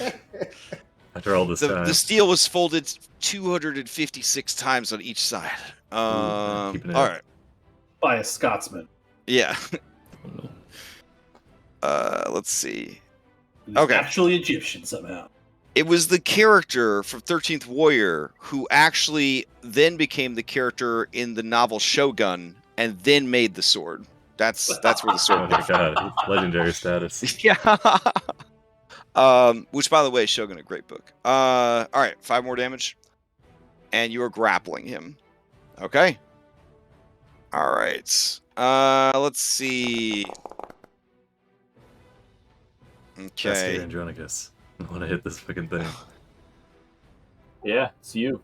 Nice. All right. So I am. Or you can either hit it, or if you feed me a potion, you can keep me up, and I can do more now that- damage together. Now that you're grappling it, it's not going to waste a disengage on this dork right here. So it's just going to just dive. Oh, boy. 60 feet. Here we are again, Julian. All right. Indeed, I did take my potion. Oh, I need man. something else. I speak to Cetus telepathically because I can do that. Okay. And I say, diving's not going to get rid of me. I can breathe this. Okay. It's just going. So dive 60 feet. Yes. So it's down 60 feet. Draco's on top, so he's down 50 feet. Elemental, if it has a reaction, it can use it. Can it use this reaction to swim into its gills and into the mouth, into the mouth with everybody who's in there? Yeah. If you do even though you can get to the size of an inch or whatever, it's still a pretty invasive thing. Yeah. Right. Yeah. So give me an acrobatics against its athletics. All right. Because it'll represent you trying to squeeze through as this thing tries to flex its gills against you. All right. Unreal. Oh snap! Jesus. Unreal. All right. Oh my goodness. Yeah. Poor Cetus. It's Saturday all over again. Oh my god. Since this we met. It's no change. Is it possible for me to succeed at a cost for this? Yeah. It's the elemental. He's an elemental. He can't succeed at cost. Okay. All right. So he fails. Well, he succeeds, but then he gets unlucky status. So it's pretty shitty. All right. So then he's down. God. So that brings us to Orin on the inside. Yeah. All right. It's time to attack. I've been waiting. Okay. All right. So yeah, just gonna start stabbing the insides of this shark. So these are at disadvantage because restrained. Yeah, but they'd be raw because pack tactics. Pack tactics. Okay. So that's a beefy critical hit to start. Well, the first one would just be normal, and the second's a crit. So we got 13 on the first hit, and then what is this? 22 plus 5, 27 on the second hit, and then assuming then a 12 on the last hit, just hammering into this shark hide stomach lining. All right. It has to make a check to see if it barfs you back up. All right. Let's see. Cast enhance ability on it to give it. That was a shitload of stuff of damage. So let's see. Does it trigger twice? Hold on. I think it was 52 total. Okay. Only triggers once. All right. Here we go. He makes the save. Keeps you down. Yes. Nice. Yeah, Orin just kind of jams his shield at the opening of the esophagus to try and keep the bile down. We're not trapped in here with you. Who do you pass to? I'll give it to Maya. All right, it's gonna swim deeper, I guess. So it's 120 feet down now. Did Andronicos drop water walking? We never put. We never. We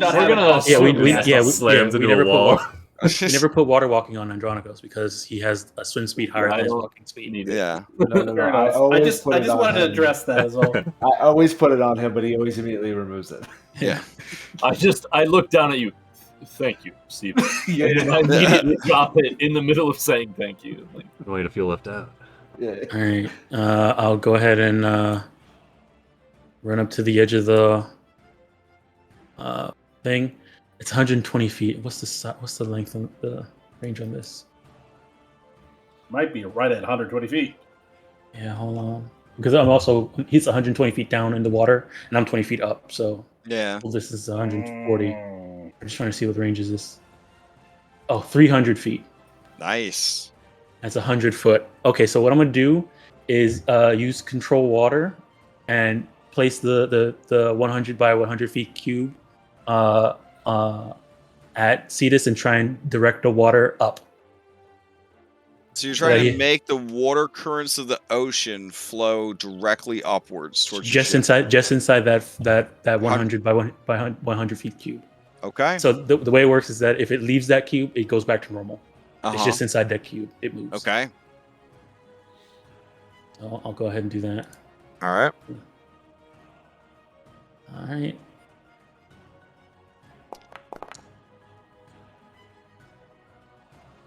And water element goes away. All right. So I don't know how you want to. It doesn't have anything in there, but I don't know how you want to handle him trying to swim against the current or anything like that. If it does anything. Well, he's out of movement speed for this turn, so his turn would have to come up. But I'll probably just treat it like a gust of wind, essentially, and then it'll force him up. And then he gets to make a strength save against your DC to swim against it. So. Okay.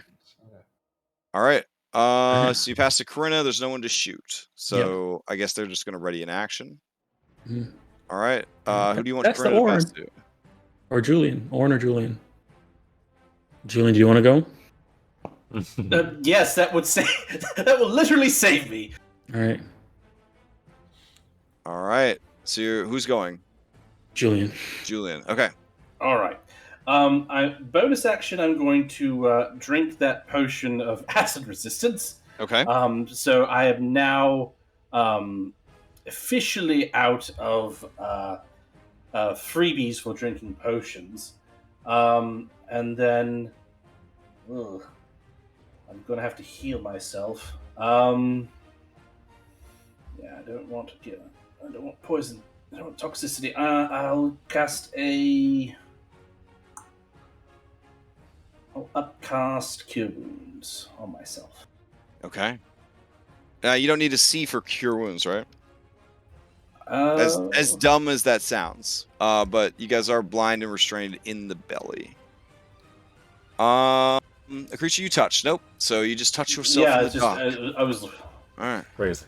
I was like, visual. No. Verbal. Yeah. Yep. Okay, you're good. And since you did not damage it, you can pass to whoever you like. Really? That's it? Okay. Pass it here. I will pass to Oren. All right, Oh, yeah, Oren. for more stabs. Yeah. 21 for 17 and 20 for 17. Oh man. All right. How does it die? Yes. Shit. Okay. Yeah, Julian is chugging potions and healing. Sibo also chugging potions, healing, and Orin is just ripping and tearing like any guts he can get his hands on in this creature, just stabbing them. He's taking out the anger at the flying Hergron on the stomach lining of this creature. Finally, there's just like it gives way, and salt water begins rushing in as Orin kind of rips a hole in the side of the creature. We get sucked out into the pressure of the water. I want to cast Water Walk on Cetus and see if I can keep it from sinking. He is now an object. I know. Oh. I mean, Yeah. currently the water. It's an object that is being currently lifted up by Yeah, the spell. exactly. Oh shit! Yeah. Dang. What are you thinking about? All right. That's true. You guys just hold on to Cetus's corpse as Maya's spell launches it to the surface. Oh my god. Just as planned. All right, and does a that majestic is free willing. that. Sibo gets a seashell out of his pocket. I'm kidding. Do you Are you want to the- play this game? We'll play this game. I'm already under its tongue. I don't know what to do, guys. I'll be up at the uvula getting my grappling hook. Yeah. Well, I see you put that to good use. Yeah, it worked really well.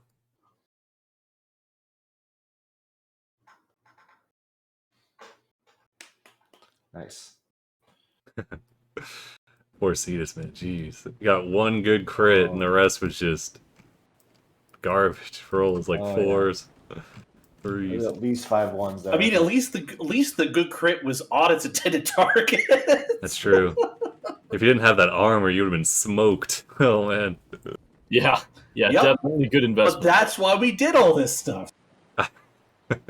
When everything's trying to eat Julian. All right. Yeah, so I guess we climb out of there. Also, yeah, siege tower, very nice. Corinna as the gunner. I like that. Not losing 18 crew members per encounter, pretty solid. We lost one Sophia though. No, Sophia was already dead. That was just so I had vision. I never had Sophia out. Oh, okay. We didn't get her fixed back at the forge? No, I mean, I could just summon her back out. Oh yeah, because she's just familiar. Yeah. Okay.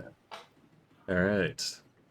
Do we emerge out of the sea to see Andronicus triumphantly standing atop the shark? Yeah. Are you A clenching? geyser of water is just. And Oh, Jonathan yeah. is already holding on to the Yes. hilt of the katana. The Ready katana to pull it legend. out. Your B team is extremely hyped to see the creature surface, a hole punched through its stomach, and all of you clinging to its body. None of them are more proud and excited than Corinna, who races out of the siege tower to kind of like congratulate you guys and hype you up and immediately begins pulling out the harvesting tools. Nice. What an amazing smell we discovered. It's not too bad. I don't know if we're harvesting this one, Corinna. Well, as a reminder, I need at least a bone. Yeah, Sibo needs stuff from him, so I just need a single bone. Could be a tooth. I think it could be a tooth. I mean, does it count as bones? Because it's old cartilage. Like teeth are not cartilage. The teeth of the shark, the teeth of the jawbone are the bone. They're the bone of the shark. Yeah, everything else is cartilage. I think we had this conversation too. That's why the only fossils they have of prehistoric sharks are their teeth, like their jaw and teeth. It's fucking crazy. So, yeah. Right. My mistake. Yeah. Just like a human penis, it's only got cartilage in it, you know? It's like, maybe yours. Hey, listen. Mine has teeth. Thank you. Oh, geez. All right. We're learning a lot. D&D, educational game. Yeah. All right. So, wait, yours or Sibo's? Wait, don't answer that. So someone's going to be very excited because you can harvest 3d10 pristine giant shark teeth from the Cetus. And in doing so, you can make shark tooth arrows. And they do an extra 1d4 damage. Now, if we do that, though, is that going to impact? Yeah, it diminishes the... Anything you take that is pristine or basically anything. It's like giving someone a box of chocolates and you ate some of it. You know what I'm saying? I'm still happy to get the chocolates, but it's like coconut and nougat. Harvest anything from it. Can we do a? I think this is what I could get out of it. Yeah. Now I'd say with that sweet ass crit, there's a couple of teeth lodged into Julian's armor, yeah. All right, I'm good. I'll take that. Okay. Since that was freely given. Yeah. Freely given. So Corinna stops herself. She won't tell you any of the other cool shit that you could get from it because she doesn't want to make this any harder on you than it should be. I mean, you might as well give us the... I don't want to make this worse than it is. It's fine. I mean, it's probably something. What do you mean worse? This is one less thing that's... Wait. Oh, shit. Now that we've killed this side, I might send something worse. Fuck. Oh, then we kill that and sacrifice it to Thylea. Well, now the question becomes: do we sacrifice this to Vulcan, or so you hit the button that goes to the menu, and then you select Sidon Assassin menu, and then you see that Cetus is like red and like kind of grayed out, and then a giant fucking sea serpent has moved into Cetus's spot. It's the Nemesis system from that. Yeah, from Odyssey. Best thing about those games. Yeah. Oh, it's so good. That became my obsession. Was just like getting to the top. My obsession was: can I clear the chart before I get killed? I want to clear it before I die. Or kind of just thinking to himself, like, I'm gonna need a couple more acid potions. Yeah. Corinna, I mean, it's a smart strat. It's a smart strat. Like the monsters that eat people are used to the things that they eat, not being able to handle it. So, yeah. Good. Oh, so you turn to Corinna and say? Before we decide whether we wish to sacrifice the beast or harvest it, I think we should know the options. This is every time. We're able to... Listen, the only reason I agreed to play fucking Worm on a Hook was so we could sacrifice this fucking thing. I thought we were doing this for Sibo. Yeah, the only reason I agreed to do this is so we could find out what we could get out of it. Well, guess what? I got my ass bitten up. He's got his bones that he needs. Can we please hurry up and sacrifice this damn thing and move on to the next thing? Well, my favorite food is shark. So just throwing that out there. I mean, we did. Are you asking for a sacrifice, or did you just actually want to eat it? Yes. Both. Yes is the answer. I mean, yeah, we did have shark at the beach. The beach after the Great Games. I thought it was really good shark cook. Sustainably sourced for all those watching.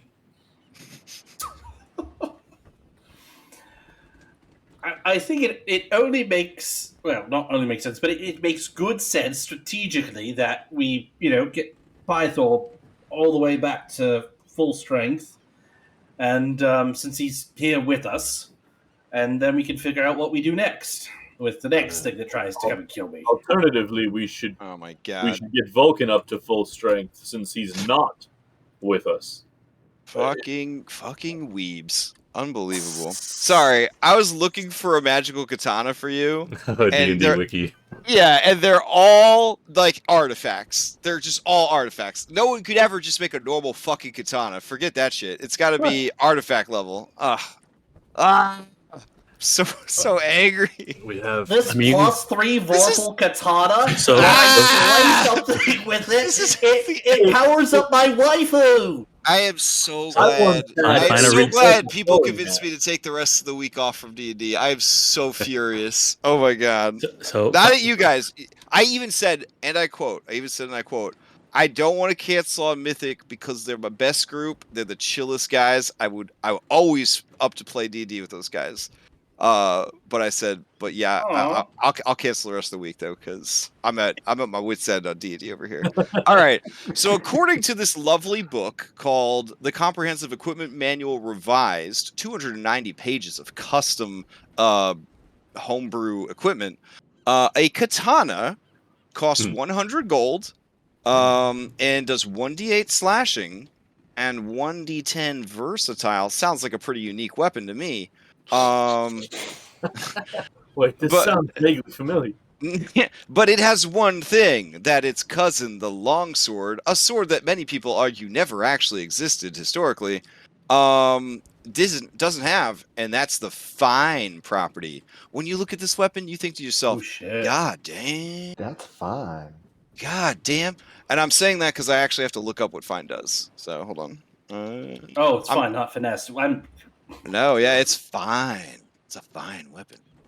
Like but I honestly don't know what fine does. If I remember correctly, I think it's like when you things that would damage it, it has like a if a rust monster being busted. Yeah, if a rust monster takes it out, it bullshit. Because the European longsword would be way harder to break than the Japanese katana. Whoa! This has the power of anime on its side. Okay, let's see. Defined. Yeah, but a blessed longsword has a power of one of the gods on its side. Refined. About the about the writer, he watches too much anime. Fine, here we go. So if we get one of the gods to bless this, and it's a katana, we can in battle carry it. Oh my god! We have the power of God and anime on our side. Okay. Yes! So here's the thing. Yeah, it is as Dom says. Fine. This weapon is produced from high quality materials. It is folded 256 times, twice and backwards, using the ancient Masamune techniques of a far and away land. It is blessed by both the gods and anime. It's just really hard to destroy. That's it. It's just it doesn't even get resistance to rust. It just has double hit points and hardness if somebody was trying to wreck your stuff. In our game terms, yeah, I would say that it would be harder for it to be sundered or rusted. We can't just have a normal katana in our game. That's like against all the rules of everything. So how this weapon will work, you will find out next week. You know what? I'm gonna ask the patrons on my Patreon to come up with what this thing does. All right, guys, tell me what you want. I'll throw it out. Something that doesn't require attunement that maybe Julia could use. Oh man, well then it ain't gonna be very good if it don't require attunement. Yeah. I want to destroy that axe, same as I destroyed the shield you would let me. Oh man. The Forgotten Realms wiki even just puts it out there: a katana or longsword. The Kensei weapons, yeah. In the Second Age of Magic, they released all sorts of like Magic Asian adventure books, and all of the Magic Asian weapons were, of course, in every way cooler and better than like normal weapons. They all had cool powers. If you became a Grand Weapon Master, which would be the equivalent of dumping 5 feats into just using a weapon, you could use a D20 damage die with your Nodachi. So, yeah, the book also came out around the same time that Sephiroth came into existence. So yes. I mean, it's not like I did that or anything, but the next game I join for Crash, I'm gonna make a fighter that's a samurai. All right, then I will give you a Nodachi that does a D20 damage. So, Okay. All right. I would do that in this campaign, but that seems really dangerous because if you get a crit, that's an extra 20 damage automatically. But maybe. Barbarian anyways. All right. So on Friday night, I got a crit, and I play investigator, so I get that like once per turn vulnerable damage thing. Nice. And so I deal 40 damage in one shot with a heavy crossbow. Dang. Aren't you guys playing Witchlight? There's no fighting in Witchlight. What are you talking about? There would be if we played it right. No, trust me, my players are playing it right. If that's your definition. Oh my goodness. I stand Henry. Me too. I mean, we get stuff done. I feel like Henry should multi-class into Barbarian, and then his Barbarian rage should actually be Depression. So he takes half damage because he doesn't care enough to take full damage. Yeah, I always forget that he's a blood hunter. I'm always like, why isn't he raged yet? What the hell? That was my friend Rob Murray. He made a hipster Barbarian. He was too cool for damage. Oh my god. So instead of raging, he would disdain instead of rage. That checks out. It was amazing. All right, so you guys would finish your journey, and I need to know who you're sacrificing to. And are you gonna wait till you get to the mainland to sacrifice? Or are you gonna sacrifice it on the boat? I mean, what's the plan? Can we safely sacrifice it on the boat? If you're sacrificing it to the boat, for sure. I mean, if it has to do with fire, I have control flame. So yeah. I mean, okay, I feel like either boat, Vulcan. Dom, I want to put it out here. I'm going to put it out here. You specifically made the case. Let me see if I remember this. That the boat is alive, in a way, and now you're saying it's okay to light a dead shark on fire on that boat. I said, can we sacrifice it to make it alive? I'm just trying to understand. This is kind of normal druid logic. Is it alive now? I mean, she's right. She's literally right there. She's oh right. God, she's right there. Don't make it weird. Imagine the whole boat is her body. Do you want to burn a giant shark on her body? No. Okay. Well, why don't we just sacrifice it to her then? Well, then we wait until we get to That's what I'm saying. If you did sacrifice it to her, it would be more symbolic because, like, it would be burned into her. You know what I'm saying? Like, yeah. I mean, didn't we sought out the Cetus to kill it for? But if you're you know, you've got other people that are hungrily eyeing this fine sacrifice. So yeah, I mean, either where's Sibo's me? He's also Sibo or. Where did he go? Oh, you guys are still stuck in the belly, aren't you? Yeah. We're just hanging out. Sibo's waiting. He actually has it underneath the tongue, waiting to let it go. Oh man, what are you guys doing out there? So we got this. Yeah, we got a queue started over here of people that would like to sacrifice. Would see that and be like, would smack you. No, I am inside the mouth. You don't see me. What? Oh my God. All right. Well, Oren sees you. He's getting his grappling hook back from the usual. Yeah, I mean, you're right fucking there next to each other. You guys make a decision. It's starting to slip. It's starting to slip out of my hand. I say, I okay, vote for throw the up a poll. All right, we're throwing up a poll. All right, here we go. Sacrifice. Just think about it. This shark, this little Cetus did 1/10 of the boat's health in battle. Next thing that Sidon sends, we need the ship to be as strong as she can be. Let's see, Pythor. I can't do the but Versi and then hide the book thing here. We're on the boat, so. And then the ship. All right. Cast your votes.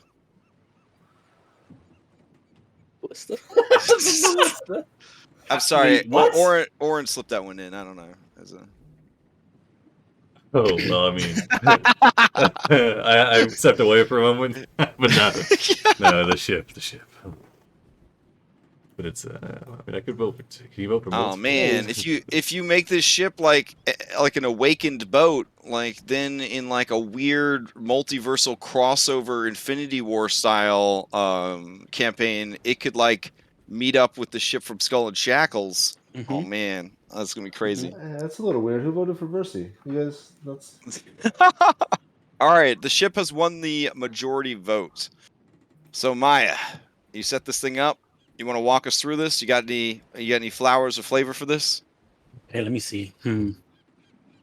If the ship is living and stuff like that, then what I kind of want to do is a combination of plant growth to like kind of like cradle the shark's like body, and then make it more like a brazier that's holding a pyre. That's nice. Where the shark is. Oh, nice. Okay. And as as the brazier like burns down to like ash or something like that, the ash kind of like feeds the ship. Beautiful. All right. As it does, Dianthus steps out of the mast, and you watch as the ashes drift through the air, and then are sort of absorbed into her spirit. All right. How we can handle the specifics of this then are... It's like a ballistic rose. Yeah. Let's put it as like an upgrade point. She becomes a hovercraft that we can take her on land. And then you can spend these upgrade points to... Well, yeah, I mean, do you just want another ballista? Is that all you're after? I don't know. I don't know what we want. That's what we have the money for. I mean, originally we wanted to do this so that we can get the cover that we currently have, the siege tower that we have. Yeah, so we're able to do that by mundane means. So let's do something else that will enhance the ship. Andronicus, you think of what I'm thinking? Guardrail. Why don't we just say that the fucking? Why don't we just say that the figurehead can breathe the Cetus's breath weapon now? Yeah. Oh, fuck. That's badass. Let's do that. Okay. And there's stomach acid in the bilge. No. Okay. Well, I've got another hour of acid resistance. I kind of wanted to. Siva throws up on you. Thank you. Okay, getting my money's worth. Julie cups some stomach acid in his hand. He just sort of flings it at you. Yeah. I just grab Karina's hand and walk away. You're taking Karina with you? Yeah, so that you guys are, as they're throwing stomach acid at each other. Because of the burns. Those are firebirds. It's fine. Still, Maya wants to play Big Sister, I guess. Aw, that's nice. All right, I think this will be good. It's like that. Go here. And we'll say the ship exhales a 60-foot cone of supernaturally cold water. DC 21 Constitution. Oh my goodness. On a failed save, they take 12d8 cold to push those away from the ship. This is definitely against the couple of conventions here. What conventions? This is definitely like there are no conventions. This is We've yet to convene for any conventions. All right, I have added it to the Ultros's thing. It can actually do shit now. Yeah, just imagine ramming somebody and then blasting all the crew with this weapon. Yes, because the next time we see what's his name? Galaron. Yes, that asshole. Oh, all right, freeze him where he stands. Okay, seems pretty good.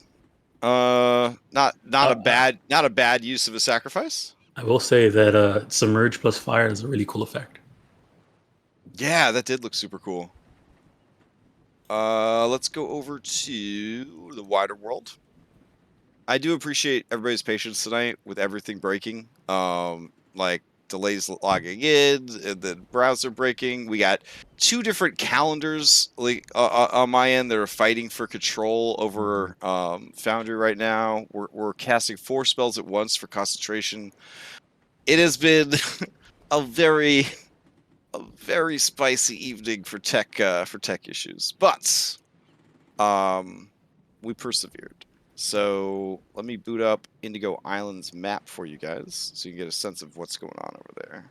Nice. Once we get done here, we should swing by the Golden Heart Island again. We still need to speak with the Ram, Golden Ram. Oh yeah. Hopefully he's still there. All right. So here's the Indigo. Well, I mean, he was there last time, and I can't imagine he's grown his coat back yet. So get these guys out of the way. Okay. The next chance I get to send the items off to Vulcan, I will do that as well. All right. So see where this boat is? That is where the whale tribe. Oh, you guys aren't back on the wider world. My bad. Nope, not yet. Hold on. I can just summon everybody here. All right. Oh, wow, look at this. Okay.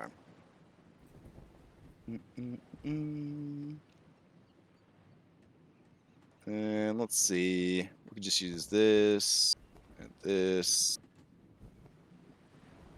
All right. So, hold on a sec.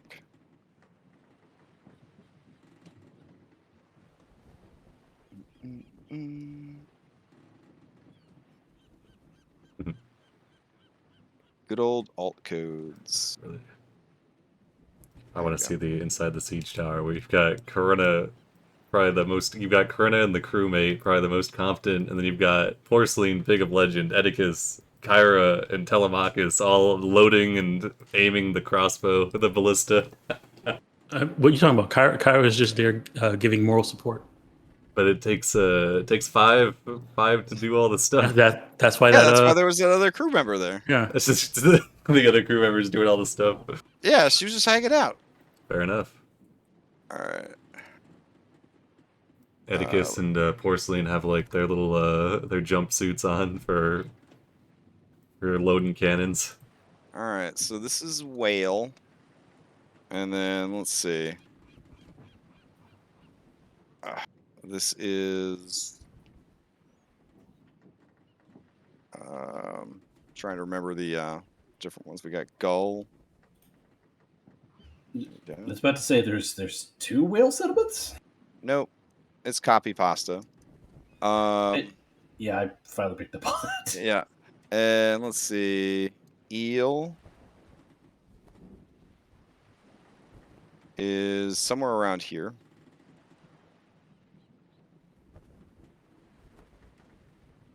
Okay. All right, and then we got sharks. eels, goblins, whale. Shark was turtle people. Yep. Gull was Sirens. Whale was the dwarves, right? Yeah, gray-skinned dwarves. Okay. And then Kyra, if you ask, will tell you where Pickle Island is. Yes. I mean, she knows. Yeah, why not? Where is it? The Pickle Tribe. You guys want to go there first? We are not going to go fight the devil show. I mean, we could just go check it out. Where do you want to make landfall? You got dolphin, whale, eel. Shark is a little bit inland, so it's kind of a hike to get in there. Which is weird because they're into surfing. But they also like, the walk to the beach and back home. I do have an inn with them then. And the gull is going to be kind of hard to reach because they're on like some really high sea cliffs. Mm. Again, the best port is just right there. I mean, we have to go by the Pickle Island to even get there. Just saying, it's on the way. I feel like we have to, right? If we slay the Picklesaurus, it will truly increase our renown God, here. Thank God we've got the pole. Yes. I guess it's pickle or whale. Yeah, that sounds good. I mean, you could try to go to dolphin too. I could add that, but those are the magic elves. So wait, Yeah. what's this race that's a gull and dolphin? The Gull of the Sirens. Sirens, that's what. Yeah. They seem sympathetic to our cause, but and dolphins are the magic elves. Definitely not void Chandras elves. is a bit bummed because you guys got all the info this time from Sibo, so he just kind of shrugs. Kyra's like, do you want the story from the star story? I mean, oh yeah, sure. Are you sure? Yeah, I would like to hear it. Okay. You got one about the pickle? I mean, yeah, but nice. All right, start with that. No one ever believes that one. Wait, how do we have 6 votes? I voted for whale and pickle. You could go either way, whale or pickle. Okay. Yeah, I'm gonna change just to pickle though, because it looks like it might be close. Damn. Okay. There we go. Jesus, I'm the only one that voted for whale. Okay. Indigo Indigo think about it. Andronico says we're not going to go fight the devil. I didn't vote for pickle. Think about how rad it'd be if we slay this Picklesaurus and then arrive with the other tribes. It would build our renown to start negotiations. That was more or less what convinced me. You're assuming that they'll be impressed by that. We have no idea. No information. Gyra said it's pretty cool. Oh, it's the coolest. Your mom said it was pretty cool. I don't remember much, but I remember my time amongst the cruel cumbers. Perhaps this could draw her memories out of amnesia as well, Julian. Yeah. I remember the Picklesaurus was very cute. It had little arms.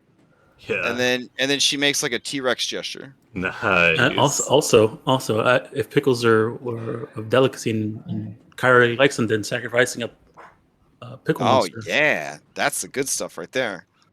All right, see that thing in the sky that looks like a crown? Mm-hmm. That is the constellation. Oh, it's crayon. No, crown. Tiara, like Anyways, see, came out there. Yeah. So up there in the sky, that circle of stars, it's the constellation of the Queen, Mytros, the goddess of dawn.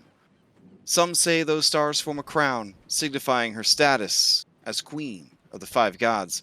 Others believe the stars represent the walls of a fortress or the outline of a shield, for Mytros protects us from the ravages of the Titans. It was said that she first appeared to the original settlers in their hour of need as a pale woman with kind eyes and silver hair. Soft-spoken, kind-hearted, she fought valiantly to protect them during the founding of the great city that proudly bears her name. She heralded the dawn of civilization on these shores, and that is why she is the goddess of dawn. But it has been many centuries since anyone other than her priests have seen her. Though she is silent, she has not abandoned us. She watches over us still, and that is what the stars truly signify. Not a crown or a shield, but the eternal vigil of the silent goddess. As she wiped a tear away from her eyes, she looked up at the stars. Well, your mom was pretty awesome. Yeah, there's a little bit of history writing and embellishment there. I mean, people already had cities and towns and stuff, but it sounds way cooler if we brought them. You know what I'm saying? So. Oh, and then see that star over there, Oren? The kind of greenish yellow one? That's the constellation of the pickle. Just these 3 in the line here. Long ago, in a realm far away, beyond the mist at the edge of the known worlds, was another world beyond the mist of that known world. And on that world, there was an island. On that island, there were people that don't take any fall damage. Yes. Mm-hmm. Yeah, they are possessed of. They all were born with a feat called monkey grip. And they could use the biggest weapons that are too big for them, with no problem whatsoever. Yeah. In that world, no one ever gains levels. You're either skilled or you just get, you just get blocked. You're done. You don't go anywhere. What of their companions? Surely they have helpers.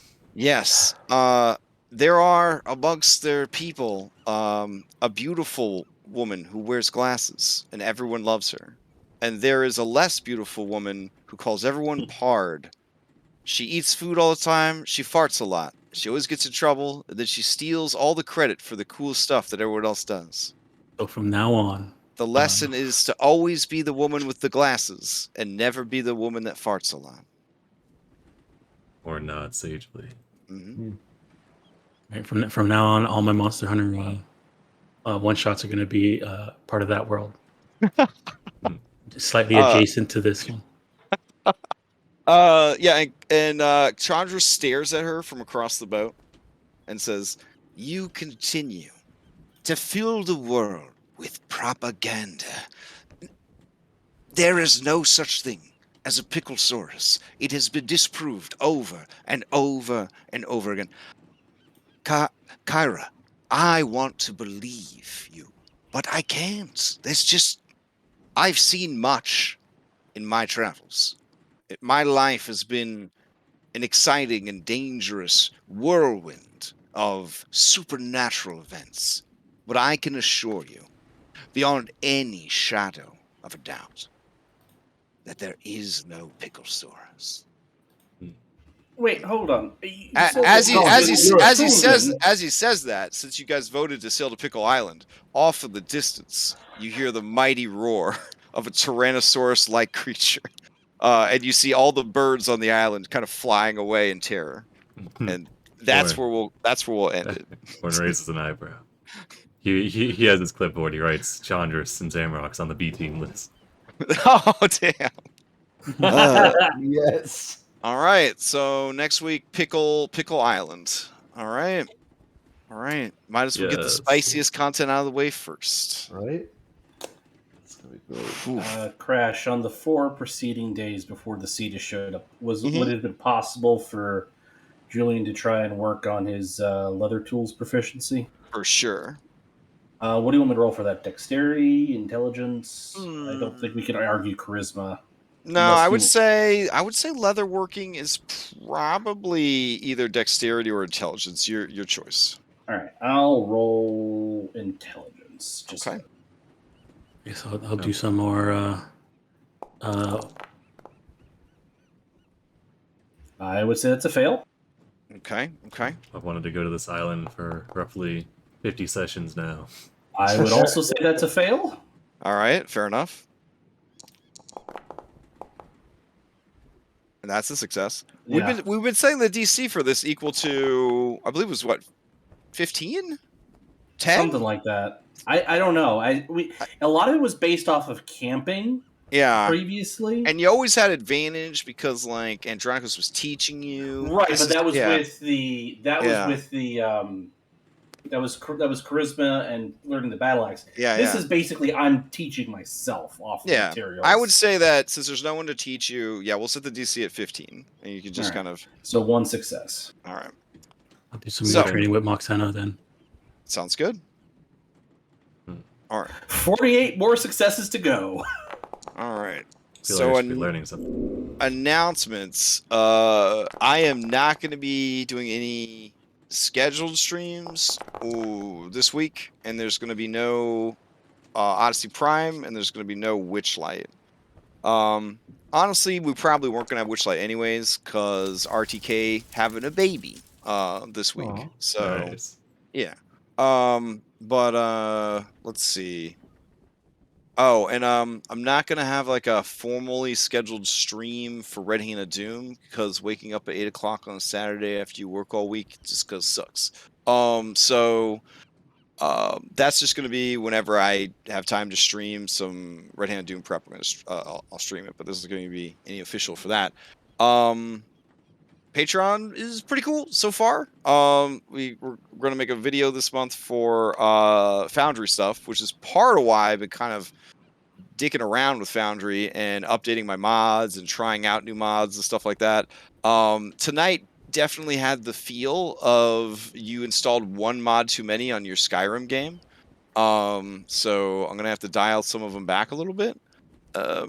I don't really think we have that many. I think we have under 100 if you don't count compendiums. So for Foundry, that's really not too much. But yeah, I'm definitely going to look at some of the ones that were causing problems tonight and get that cleaned up. I'm digging the new text box and stuff.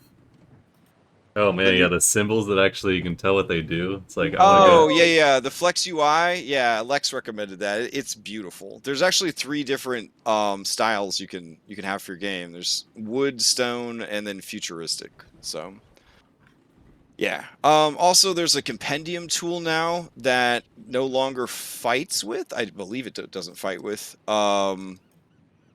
Quick insert. So if you go to the book, the little book next to the gear compendium, and you click on compendium browser at the bottom,